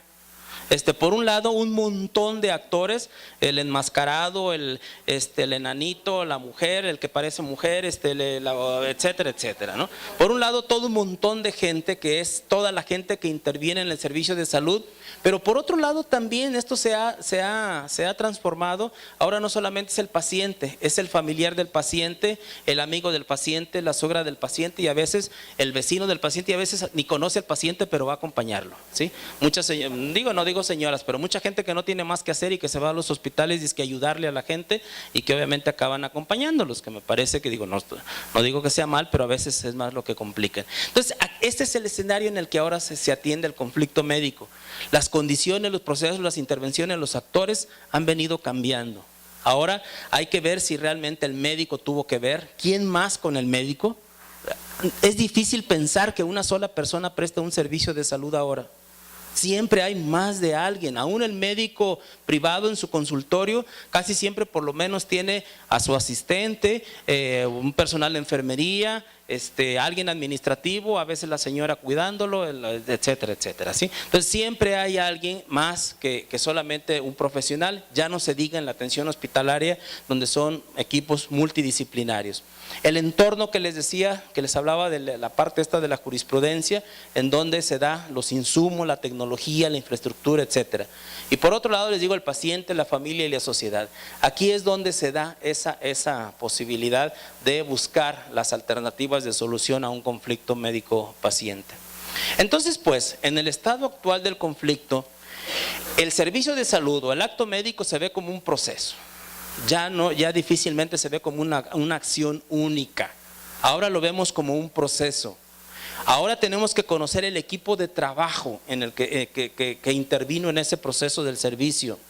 Tenemos que hablar ahora obligadamente de las dependencias tecnológicas en las cuales se apoyó el acto médico o el proceso del servicio de salud, las condiciones de ese entorno que ya les hablaba, infraestructura y equipo fundamentalmente, la disponibilidad de insumos y yo diría que la disponibilidad oportuna de insumos, el asunto de la carga laboral que ya cada vez tenemos que ponerle mucho más atención y algunas otras cosas que hay que analizar a la hora de revisar el conflicto. Entonces pues, ahora el conflicto médico hablamos y probablemente todavía no, pero el modelo mexicano de arbitraje médico va a tener que modificar sus formas de atención y hablar ahora tal vez no solamente de que el servicio de salud es un proceso, sino hablar tal vez ahora ya de tramos de responsabilidades. ¿Qué tanta responsabilidad tiene el médico? ¿Qué tanta responsabilidad tiene la enfermera? ¿Qué tanta responsabilidad tuvo el administrativo, etcétera, o el paramédico, llámese en el laboratorio o en el gabinete o donde haya sido? Habrá ahora entonces que revisar todo ese proceso que de alguna manera nos permita definir esos tramos de responsabilidad y al sistema judicial las sanciones correspondientes de acuerdo a la responsabilidad en el problema. Ese es de nuevo les digo esa visión. Por otro lado, el sistema jurídico también ha venido poniéndole atención ya a los dos grandes escenarios de prestación de servicios, en la llamada práctica clínica y las prácticas en la salud pública, es decir, en la parte individual y en la parte colectiva. Créanmelo o no, los jueces ya cada día saben mucho más de esto. Y perfectamente distinguen cuando el problema es meramente individual y cuando el problema es de un grupo, de una colectividad. Y dónde y cuándo en un momento dado fueron asuntos que tuvieron que ver con la preservación de la salud cuándo tuvieron que ver con la curación y obviamente qué acciones pudieron en un momento dado tener que responsabilidad sobre la posibilidad de una muerte prematura o innecesaria. Estas son visiones jurídicas cada día. Esto lo escribió quien esta universidad acaba de entregarle el doctorado honoris causa. José Ramón Cosío Díaz fue quien hizo y tiene un libro que ahorita les doy la referencia. Tiene un libro en donde perfectamente tipifica esto la Suprema Corte de Justicia de la Nación. Y más aún, ya hablan de diferentes medicinas. Los abogados hablan diferentes medicinas. El magistrado Cosío empieza a hablar ya de que habrá que distinguir cuándo es una medicina curativa, la meramente clínica, cuándo es una medicina paliativa, y ustedes seguramente lo escucharon, quien haya ido a oírlo. Él habló esta vez de la medicina de los cuidados paliativos y de ese tipo de cosas, como que el hombre ya siente los pasos muy cerquitas de su cáncer y ya habla de cuidados paliativos. No es cierto, está joven. Habla incluso de los aspectos de la medicina preventiva, pero cuando son cosas clínicas en medicina preventiva, sobre todo el asunto de vacunas. Él sabe mucho de vacunas, increíblemente el hombre sabe mucho de cosas de vacunas, o cuando son cosas de acciones de salud pública. Habla de la medicina poblacional o de salud pública. Y ahora está hablando de la medicina predictiva, del asunto ya de lo que tienen que ver las prácticas del asunto genómico y del asunto, todas esas cosas, y empieza a hablar de la llamada medicina predictiva y personalizada. Es tal vez el tipo, por lo menos como personaje, es el más identificable de que ha venido analizando esto. Pero lo que me parece muy interesante es esta definición que da de cada una de esas medicinas. Él habla de que cada una tiene su propio contexto cognitivo, metodológico, práctico y normativo. Esto no es cierto, pero dice que debe de tener su propio contexto normativo. Todavía no lo tenemos así de definido, todavía no lo tenemos así de definido, pero él habla de esta necesidad de que cada una tenga su propio contexto normativo. Y miren, esta frase se me hace muy significativa. Este es el libro que les decía. Este libro se llama Modelos Médicos y Modelos Jurídicos. Es una colección que se llama Derecho y ¿sabe qué? No me acuerdo. Que editó el Colegio Nacional en el año 2015. Y vean quién lo escribe. José Ramón Cosío Díaz y Ruy Pérez Tamayo. Se juntaron los dos hombres, todos sabemos de la sabiduría de Ruy Pérez Tamayo en el aspecto de la salud, pero este hombre está resultando un verdadero sabio en el aspecto del derecho relacionado con la salud. Y vean lo que escriben, que esto es lo que me parece verdaderamente clarificante. Dice: cada uno de los quehaceres de la medicina genera desde luego relaciones normativas específicas, pero también diversos grados de interacción del derecho. No todas las prácticas médicas pueden pasarse por el mismo mendigo código civil o código penal, que son unas verdaderas aberraciones nuestros códigos. Y perdón, Ana, pero ahora que cada vez sé más de esto, es que la doctora Ana es abogada también, que cada vez que sé más de esto sé que son unas perfectas aberraciones nuestros códigos desde el punto de vista, estoy hablando cuando se relacionan con la salud, ¿no? Pero al final de cuentas a mí me parece esto verdaderamente importante, y la gran esperanza de que ojalá pronto esa correlación entre salud y derecho sea cada vez más completa, sea cada vez más inteligente y sea cada vez más justa sobre todo. Y bueno, con esto terminaría esta parte de esa llamada visión jurídica, porque sí me interesaba platicarles, por lo menos desde mi visión, qué es lo que está pasando con esa visión. Y termino con esta parte, intentando hacer esta correlación de calidad con los servicios de salud, pero les decía desde esta perspectiva del conflicto prestador-usuario, es decir, de alguna manera usando como marco todo lo que intenté decir. Solamente para recordar algunas cosas, es decir, en dónde estamos parados, o de dónde surgieron las cosas que ahora nos tienen parados en esta situación. Yo creo que toda la bronca empieza en los años 50, un poquito antes, con ese llamado informe Flexner, que el doctor se le ocurrió hablar de las especialidades médicas y nos partió la medicina o la práctica médica en chorrocientos mil pedacitos, y que le agarramos la onda y cada día la partimos más. Esto es verdaderamente una salsa mexicana, cada día picada más finita, pero esa es la práctica médica. Y obviamente esa idea de definirla o de fragmentar la práctica médica desde los órganos, desde los sistemas, desde los eventos, desde qué sé yo, lo que se le ocurra a cada quien, ¿no?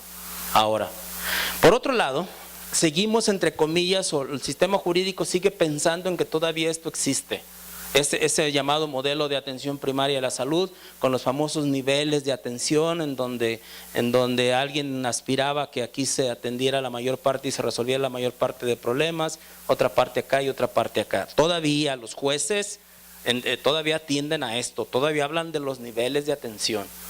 Ojo, este es el paradigma que todavía se sigue atendiendo en la visión jurídica, en que el acto médico es una relación entre dos seres humanos basados en el respeto y la confianza mutua. Este es ese marco filosófico que todavía hay, el chip de ese filosófico que todavía traen, y que tal vez deberían traer todos, ¿no? Y en donde pues entonces, basado en este tipo de postulados primarios, en donde empieza el marco de regulación para las prácticas profesionales de la salud en general. Primero el asunto pues de la formación, en donde obligadamente hay que tener un título, y si no, si ejerces sin título te meten al bote. Entonces bueno, esta es una responsabilidad de las instituciones de educación superior y obviamente de las instituciones de salud también. Luego viene después de eso, ¿cómo acreditas que vas a trabajar en las profesiones de la salud?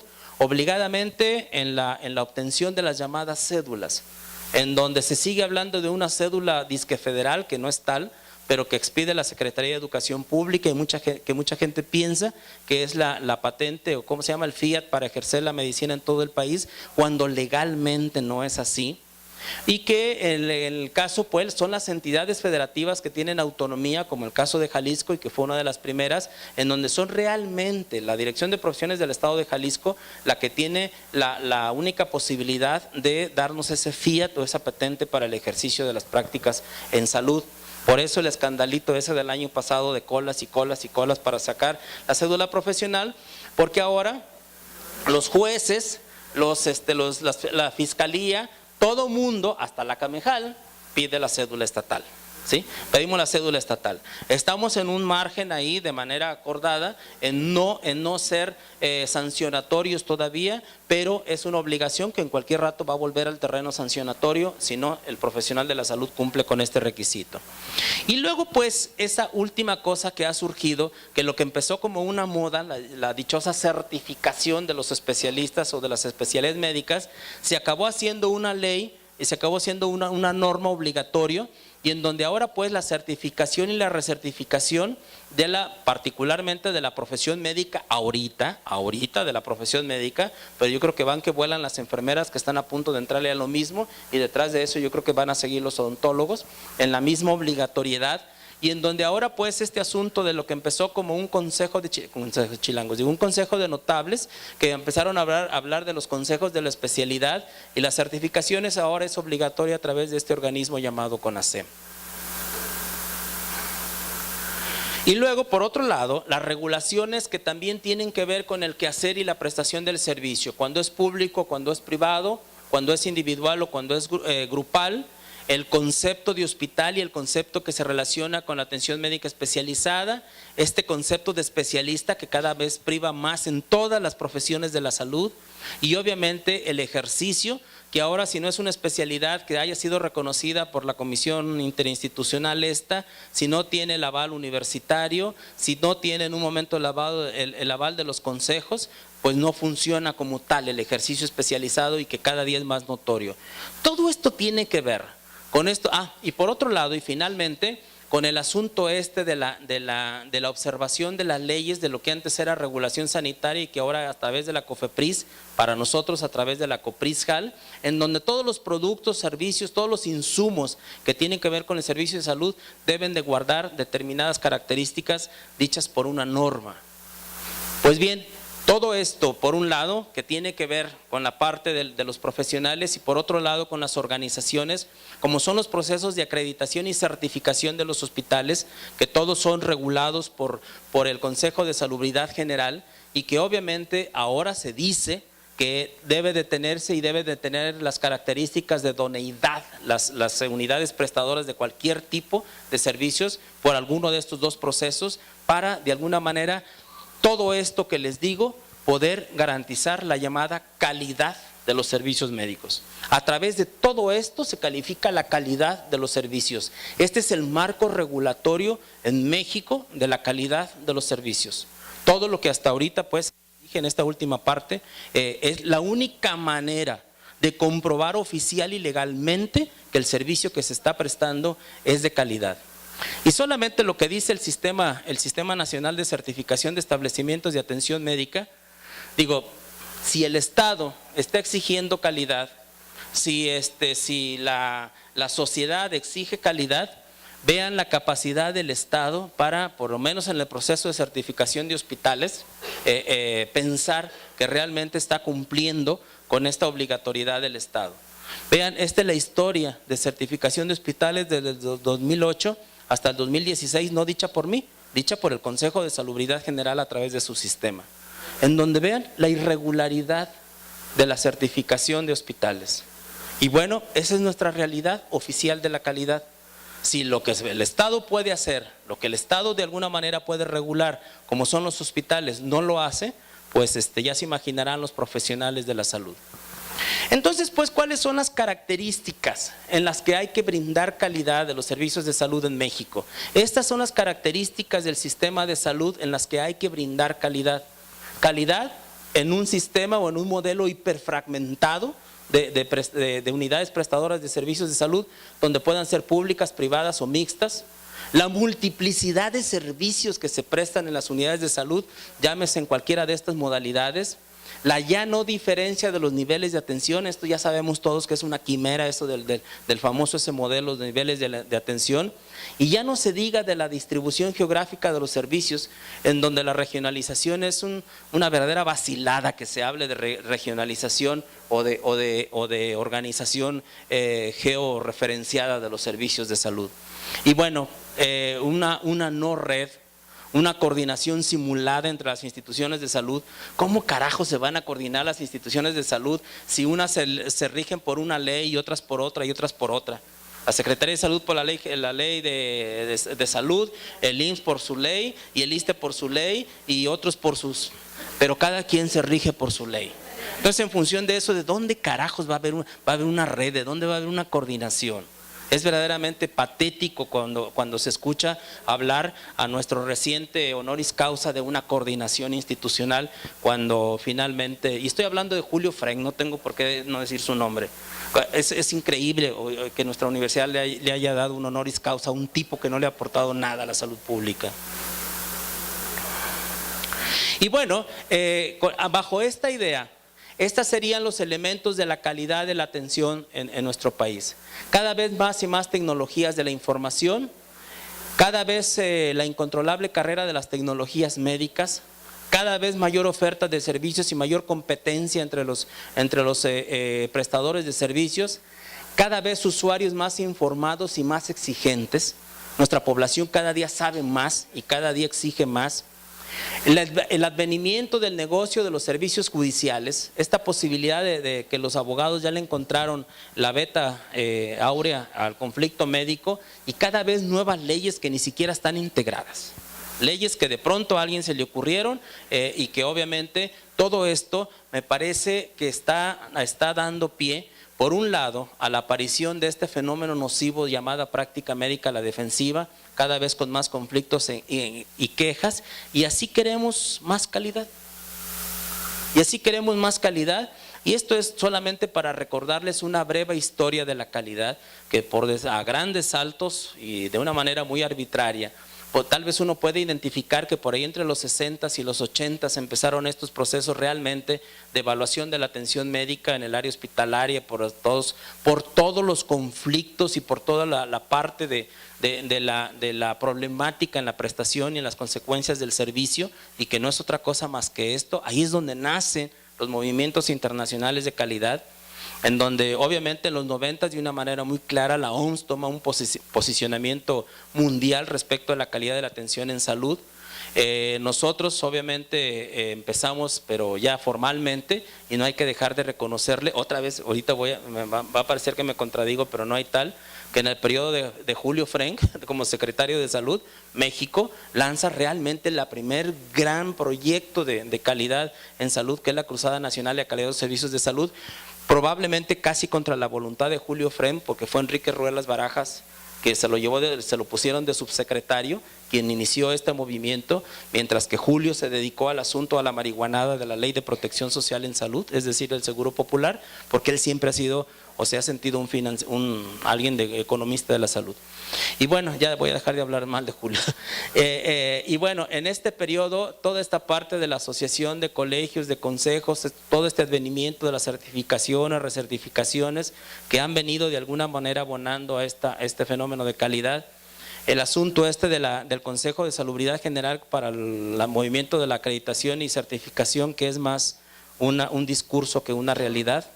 Y finalmente el asunto de la obligatoriedad de los procesos de educación médica continua, de actualización y con ello de certificación y recertificación de los profesionales de la salud, que les decía hasta ahora son médicos. Creo que las enfermeras ya empezaron también y seguramente seguirán los odontólogos y algunos otros profesionales. Entonces, pues, a mí me parece que el asunto de la calidad, y como algunos autores lo han considerado, hasta hablar de como la tercera revolución en la salud global, la calidad de alguna manera ha sido el último aditamento que los sistemas de salud en el mundo de alguna manera han querido instrumentar, o en el que de alguna manera han pensado probablemente en los últimos 40 años o más o menos, o 30 años. Y hay quien incluso le llame así, pues, como la tercera revolución en la salud global. Pero bueno, si atendiéramos esa visión, vean lo que podría ser la definición de calidad, que sería lo negro, pero a esto negro me parece que le falta todo esto rojo de lo que hay que hablar también si uno habla de calidad. Y la verdad es, ¿cómo hablar de calidad si no habla uno de costos? ¿Cómo hay que hablar o de inversión? Tal vez aquí debería de decir inversión en salud. ¿Cómo hablar si no realmente estamos cubriendo las necesidades de la población? Pero no población en el discurso público, en el discurso político, sino necesidades de las personas.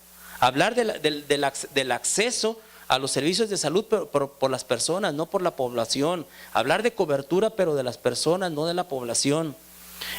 Cómo de alguna manera hablar de cómo coadyuvamos a que las personas tengan salud y calidad de vida. En donde nuestros servicios de salud realmente atienden la salud y la calidad de vida, así en conjunto, que es lo mismo.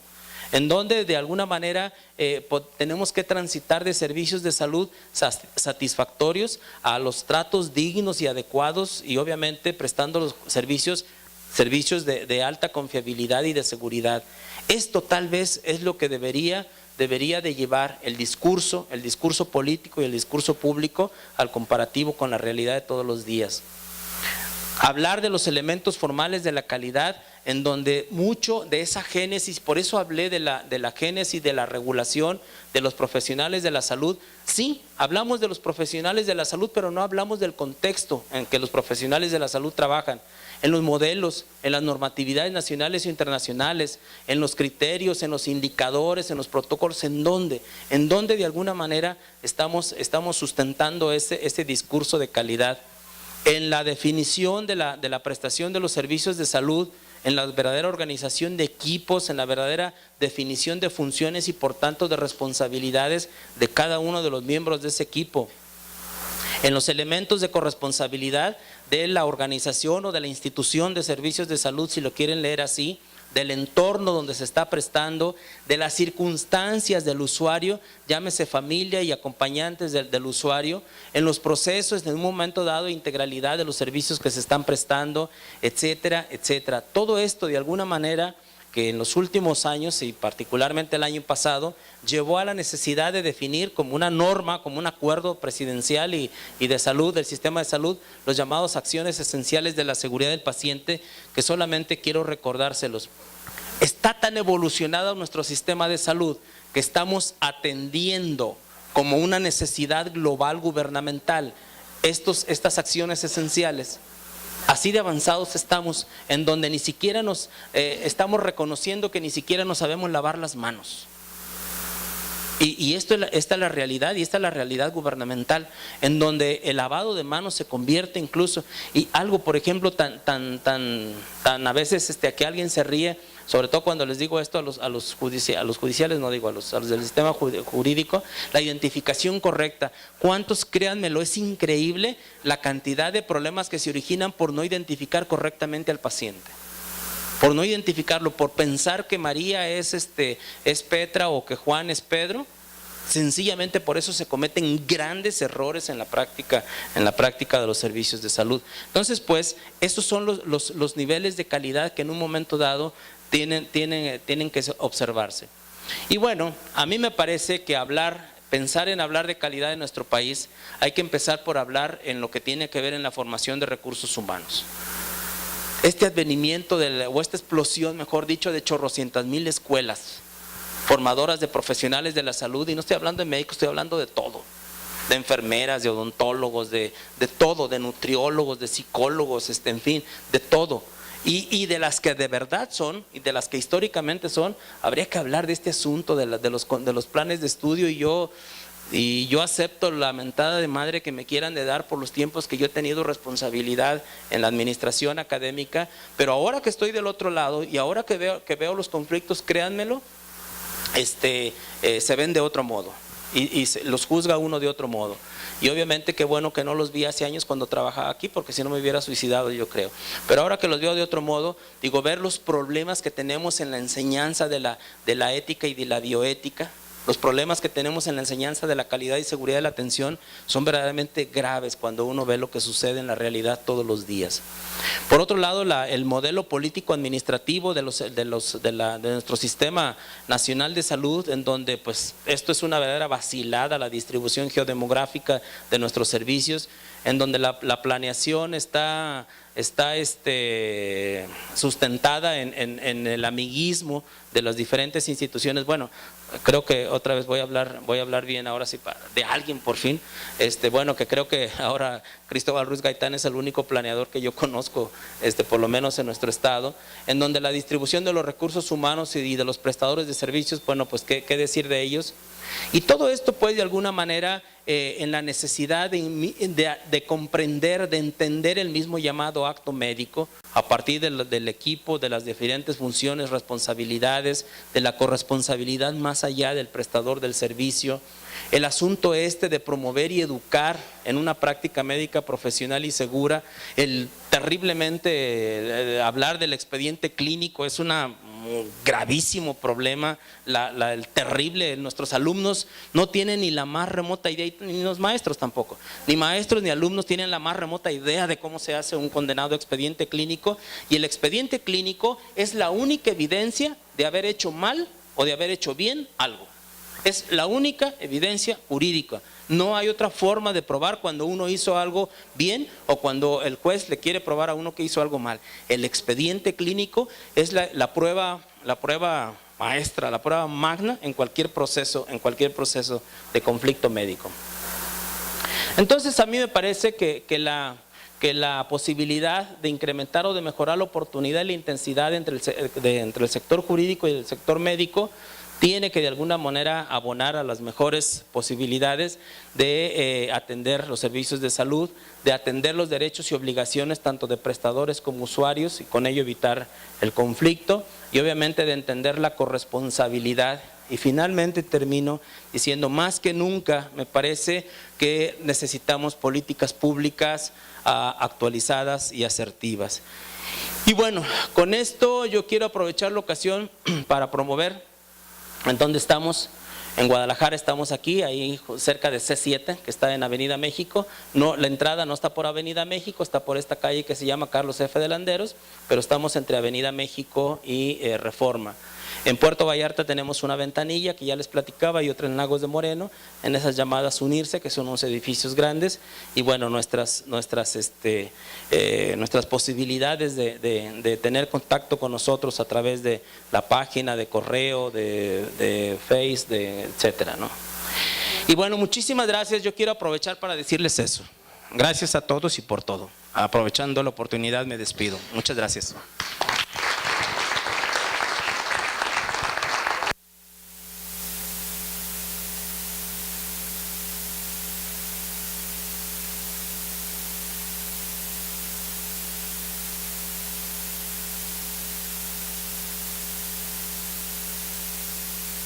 de hacer alguna pregunta. No tenemos ya mucho tiempo, no sé si hubiera un par de preguntas que tuviesen que hacer. Doctora Marta, por favor, le paso el… Me pareció muy interesante todo esto del doctor, pues yo ya lo conocía. Dicen, hay enemigos pues que dicen que tiempos pasados no hay que recordarlos, pero la medicina, la salud pública, cuando yo entré a trabajar en áreas marginadas y seguí trabajando en la salud pública, con todas las evaluaciones que se hacían con el doctor Gallardo, estábamos mejor que ahora. Ahora ya ni nos vacunamos, ya hay antivacunas, hay gente antivacunas. A mí me tocó la pandemia del 2009 y me da mucho pesar que en el Congreso de los Civiles, en la Mesa de Derecho y Salud, pues habíamos muchos y bastantes médicos y abogados que traían tos. Nadie trae su gel, nadie trae su cubrebocas, nadie se preocupa por el de enfrente. Y hablamos de salud global, pues si no nos preocupamos ni por el que está a mi lado. Entonces yo digo, no aprendimos, porque simplemente toser como se debe de toser o estornudar, pues es un simple hecho de proteger al que está conmigo. Y yo les comentaba ahí, lo comento aquí, estamos viendo mucha inequidad en todo, pero yo comparo la inequidad con la corrupción. Bien, gracias por su comentario. ¿Alguna pregunta allá atrás?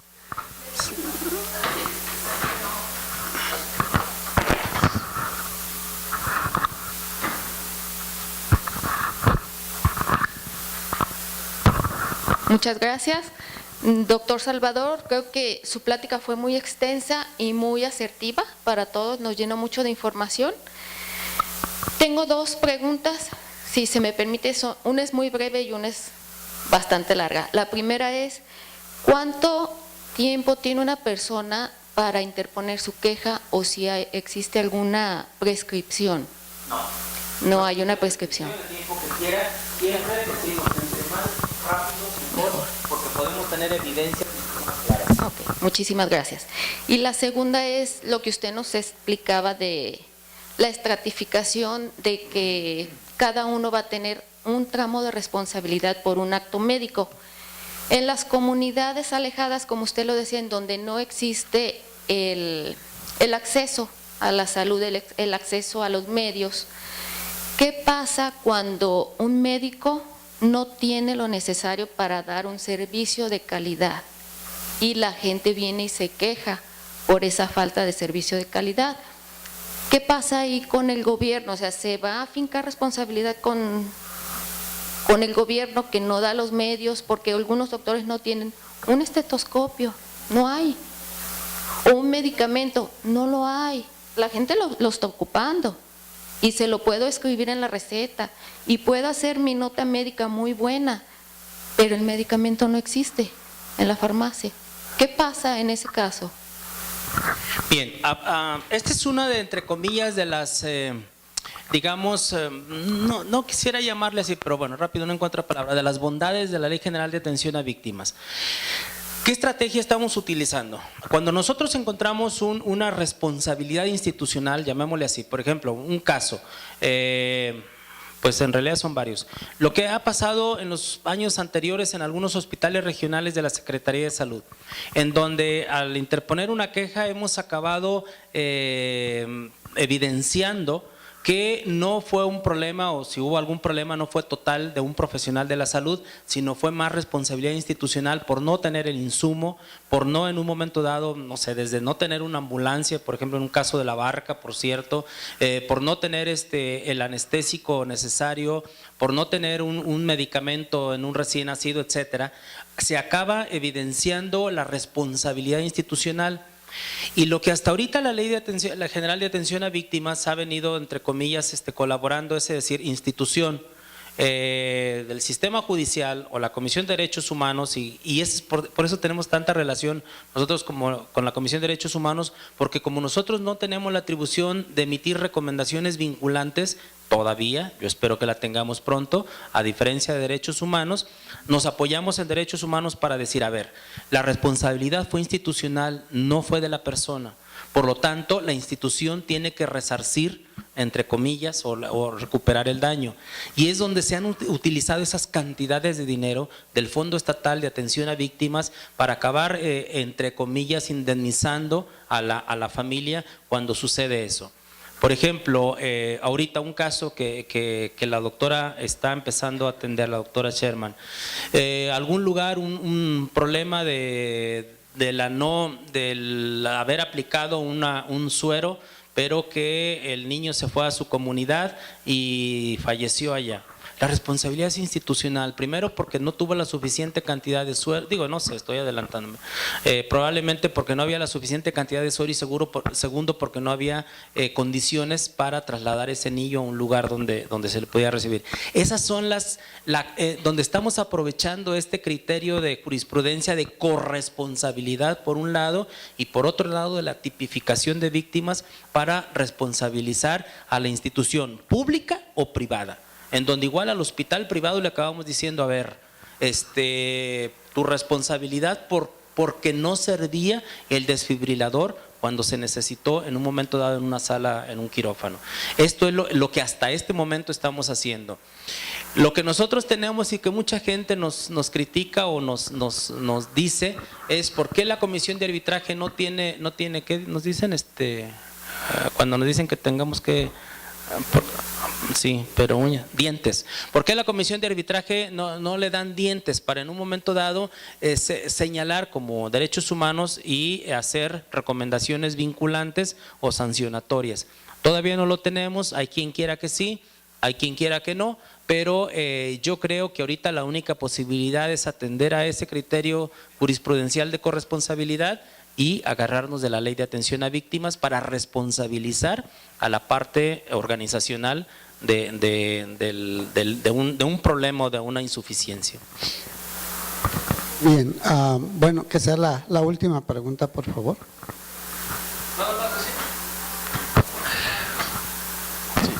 Doctor, ¿qué piensa usted del cobro del derecho a la salud? ¿Del qué, perdón? Cobro. Del cobro del derecho a la salud. Hemos acudido a muchos foros. He acudido a muchos foros que se han hecho en diferentes estados y hay una discusión jurídica muy fuerte desde el punto de vista jurisdiccional del cobro del derecho a la salud. Los abogados dicen que el artículo 4 es muy claro, pero no dice que está exento de cobro. La gente del área de la salud ha argumentado de múltiples formas que el ser un derecho es una responsabilidad del Estado, que debe de hacer una organización de los medios para poder prestar este servicio de manera gratuita. ¿Usted qué piensa con toda la experiencia que tiene? Ah, caray. Bueno, aquí me va a salir todo como especulación y hasta hablar de un poco. A ver, yo que sepa, en ninguna carta de derechos humanos en el mundo, ningún tratado internacional dice que los derechos humanos fundamentales tengan que ser gratuitos. Dice que tienen que ser obligatorios y que el Estado los debe de garantizar, pero nunca se habla de la gratuidad. Número uno. Si así fuera, pues todos tuviéramos casa gratis, todos tuviéramos servicios de salud gratis, todos tuviéramos, ¿qué más? Alimentos gratis. Vivienda, ojo con eso, porque los derechos humanos no significan, no son por definición gratuitos. Dos, para el caso nuestro, como le decía en el cuarto constitucional, dice que el derecho de protección a la salud, el Estado definirá las modalidades para garantizar ese derecho. Y las modalidades en ese sentido dentro de la misma Constitución habla de modalidades públicas y privadas y que en un momento dado, en el momento en que son públicas o privadas, se va más hacia abajo, hacia el derecho, y no sé, creo que probablemente sea la parte esa mercantilana, en el sentido de cómo en un momento dado la modalidad va a tener la contraprestación. Y si es lucrativa o si es de recuperación, qué sé yo. Entonces, todas esas partes a mí me parece que están dentro del marco de la ley, me parece que pues están dentro del marco de la ley, que en un momento dado cuando se salen, pues habrá que señalarlas. Pero yo no veo en dónde pueda legalmente sustentarse la total gratuidad de un derecho humano. Y en el caso de la salud, pues me parece que nuestro modelo de Estado, nuestro modelo sociopolítico, nos permite en un momento dado esa posibilidad de la contraprestación por un servicio, en cualquier modalidad. Muchas gracias. Bien, creo que hemos llegado al fin de esta conferencia. Al final pudieran ustedes conversar personalmente con el doctor Salvador Chávez.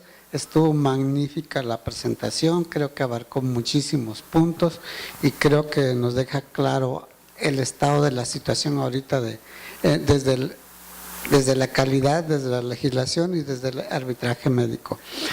A continuación, la doctora María del Carmen López Cermeño, secretaria del Instituto Regional de Investigación de Salud Pública, hará entrega de su constancia de participación de esta conferencia. Gracias, doctor. Gracias por venir, doctor Salvador Chávez. A nombre del Instituto, a través del Departamento de Salud Pública, le hacemos entrega de su constancia, doctor Salvador, y agradecemos mucho su presencia, a la doctora Sherman también por su presencia en esta institución. Y les vamos a dar, voy a aprovechar un aviso de ocasión. Si checas, te paso el cheque atrás. La próxima sesión será retos en los servicios de salud con calidad con la doctora Hilda Guadalupe Márquez Villarreal, ya que la cambiamos de esta sesión por una causa de fuerza mayor. Le estaremos avisando cualquier cambio que haya a través de nuestro calendario en el CUCS. Sí, muchísimas gracias a todos y gracias por venir. Gracias.